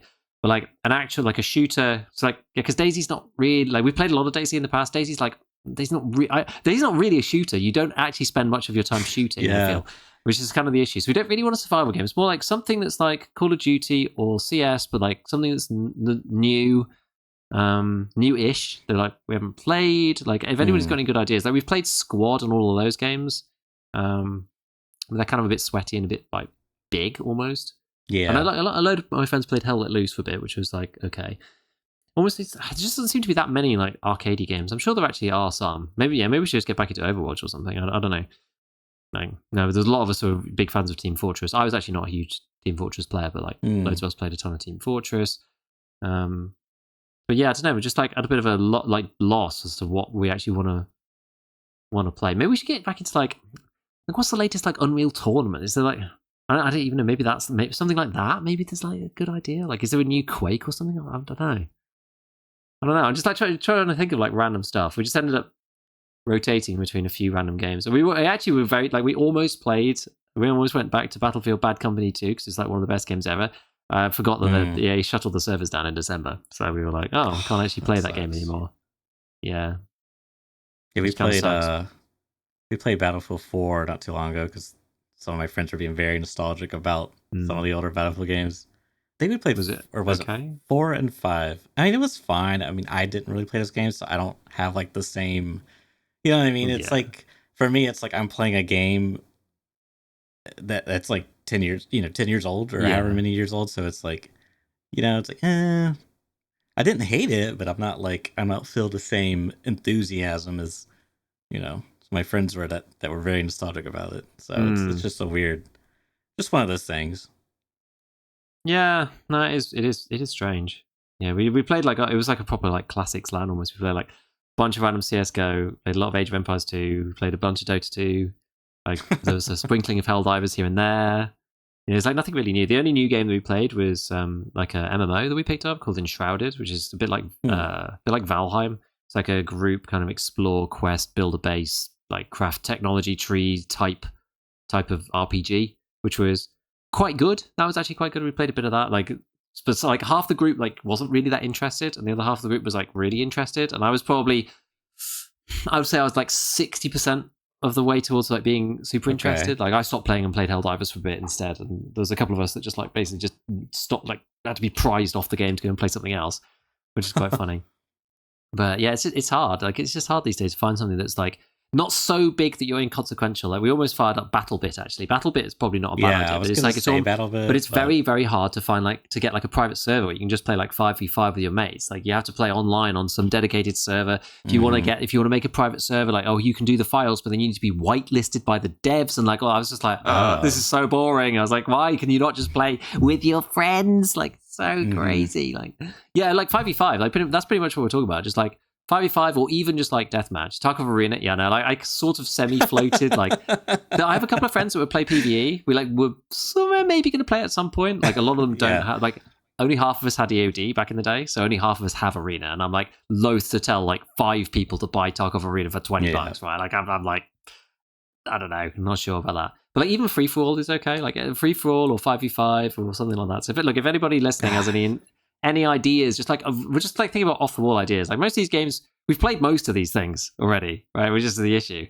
So like some of them are not even that bad. Things like Overwatch is like actually a relatively decent shout, but just played it a lot. So I mean, you're going to find something a little bit off the beaten path or a little bit more older, or like, because I feel like any modern newish game is like almost always made like live service servers, like I don't know. I was a bit sad actually. We like a bunch of us were like, oh, we'll get Project Zomboid on Steam sale. Oh yeah, and we bought that and played it a bit. And we won't play. I know there's like tons of mods and stuff like this, but like we just had to kind of get into the game, and it was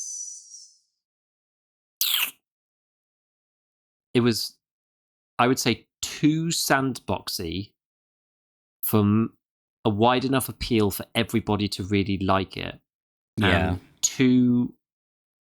I have to go to the Reddit to figure out how to do this. I have to go to the wiki to figure out how to do that. Like, what are we actually supposed to be doing? It was too much like that, really, for us all to get into. Which was like, I was a bit sad. I was like, kind of hoping it would be a bit more structured. No, that's fair. I think that's a fair criticism. Because it's fine. Like, I get it, and I understand. Like, I'm sure it's great when you get into the game. Yeah. But there's like this there's this initial investment period where if you're going to play something for like a couple of days, it has to really like grab most of the group. Yeah. To get everybody pulled through. And so we were all new. Nobody knew what we were doing. And we kind of got to the point where, because it's quite a slow paced game as well.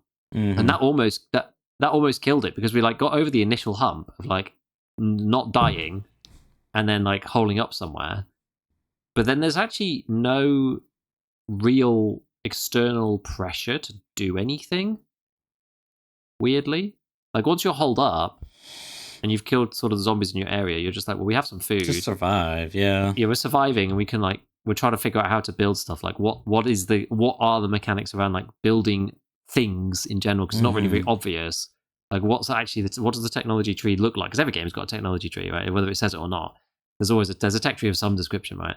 And so we were just like figuring out like what are we actually supposed to like do? What are we supposed to do now? What's the game other than just survive? And it just wasn't like it didn't capture us enough. And I was sad because I was really looking forward to it. And I was like really hoping it was going to be like super cool, but we didn't want to spoil it too much. We didn't really look at too much until we were going to experience it together. And we were all just like, yeah. We played like 3-4 hours, and then never played it again at LAN, which is a bit sad. I'm a bit sad about it. Yeah, that's how it there is. Like I think I picked up a lot of mechanics through watching Clean at one point, and Yeah. it is just kind of like that, unfortunately. Because I think it's like even as the time progresses, food starts to become more of an issue because then things start going like water gets shut off. Yeah, apparently the power goes out and the water goes off. Because I was reading on the Reddit and it's just like, oh, you need to do this before that, and I was like, oh, I see. But you wouldn't know that if you collectors. didn't make it that far, and then it's like, oh, now I know that. So now I gotta plan ahead, but it doesn't. Yeah. Yeah. But that's kind of the point of the game is dying effectively. Like you're not supposed to make it anywhere. It's just like how far could you make it? Yeah. I don't know. I'll see. I'll have a look at the comments in a couple of days after this gets posted, and maybe there'll be some good ideas, and I'll like float them with the group or whatever. Someone's got a gem or something. Surely. I'm sure there's something good. What was that weird like cartoony shooter with the cards? That was only 2v2 though, wasn't it? Yeah, 2v2. The problem is like they're so small. These games are too small. They're either too small or too big. It's like, you're either playing 256 player battle bit or like squad, which is just huge and also like very sweaty at this point, or it's like 2v2. Or like Helldivers, which is PvE, but it's like 4-player. Someone said Halo, but I don't know. I think you gotta have. I don't even know if you could make a custom lobby with just the free version, because I think the multiplayer is free. I don't know. I played so little of the newer Halos. I'm not sure. There's got to be something out there, I'm sure. Yeah. Got to be something new that we can do. Please send your suggestions, please. He's in dire need. Gamer in distress.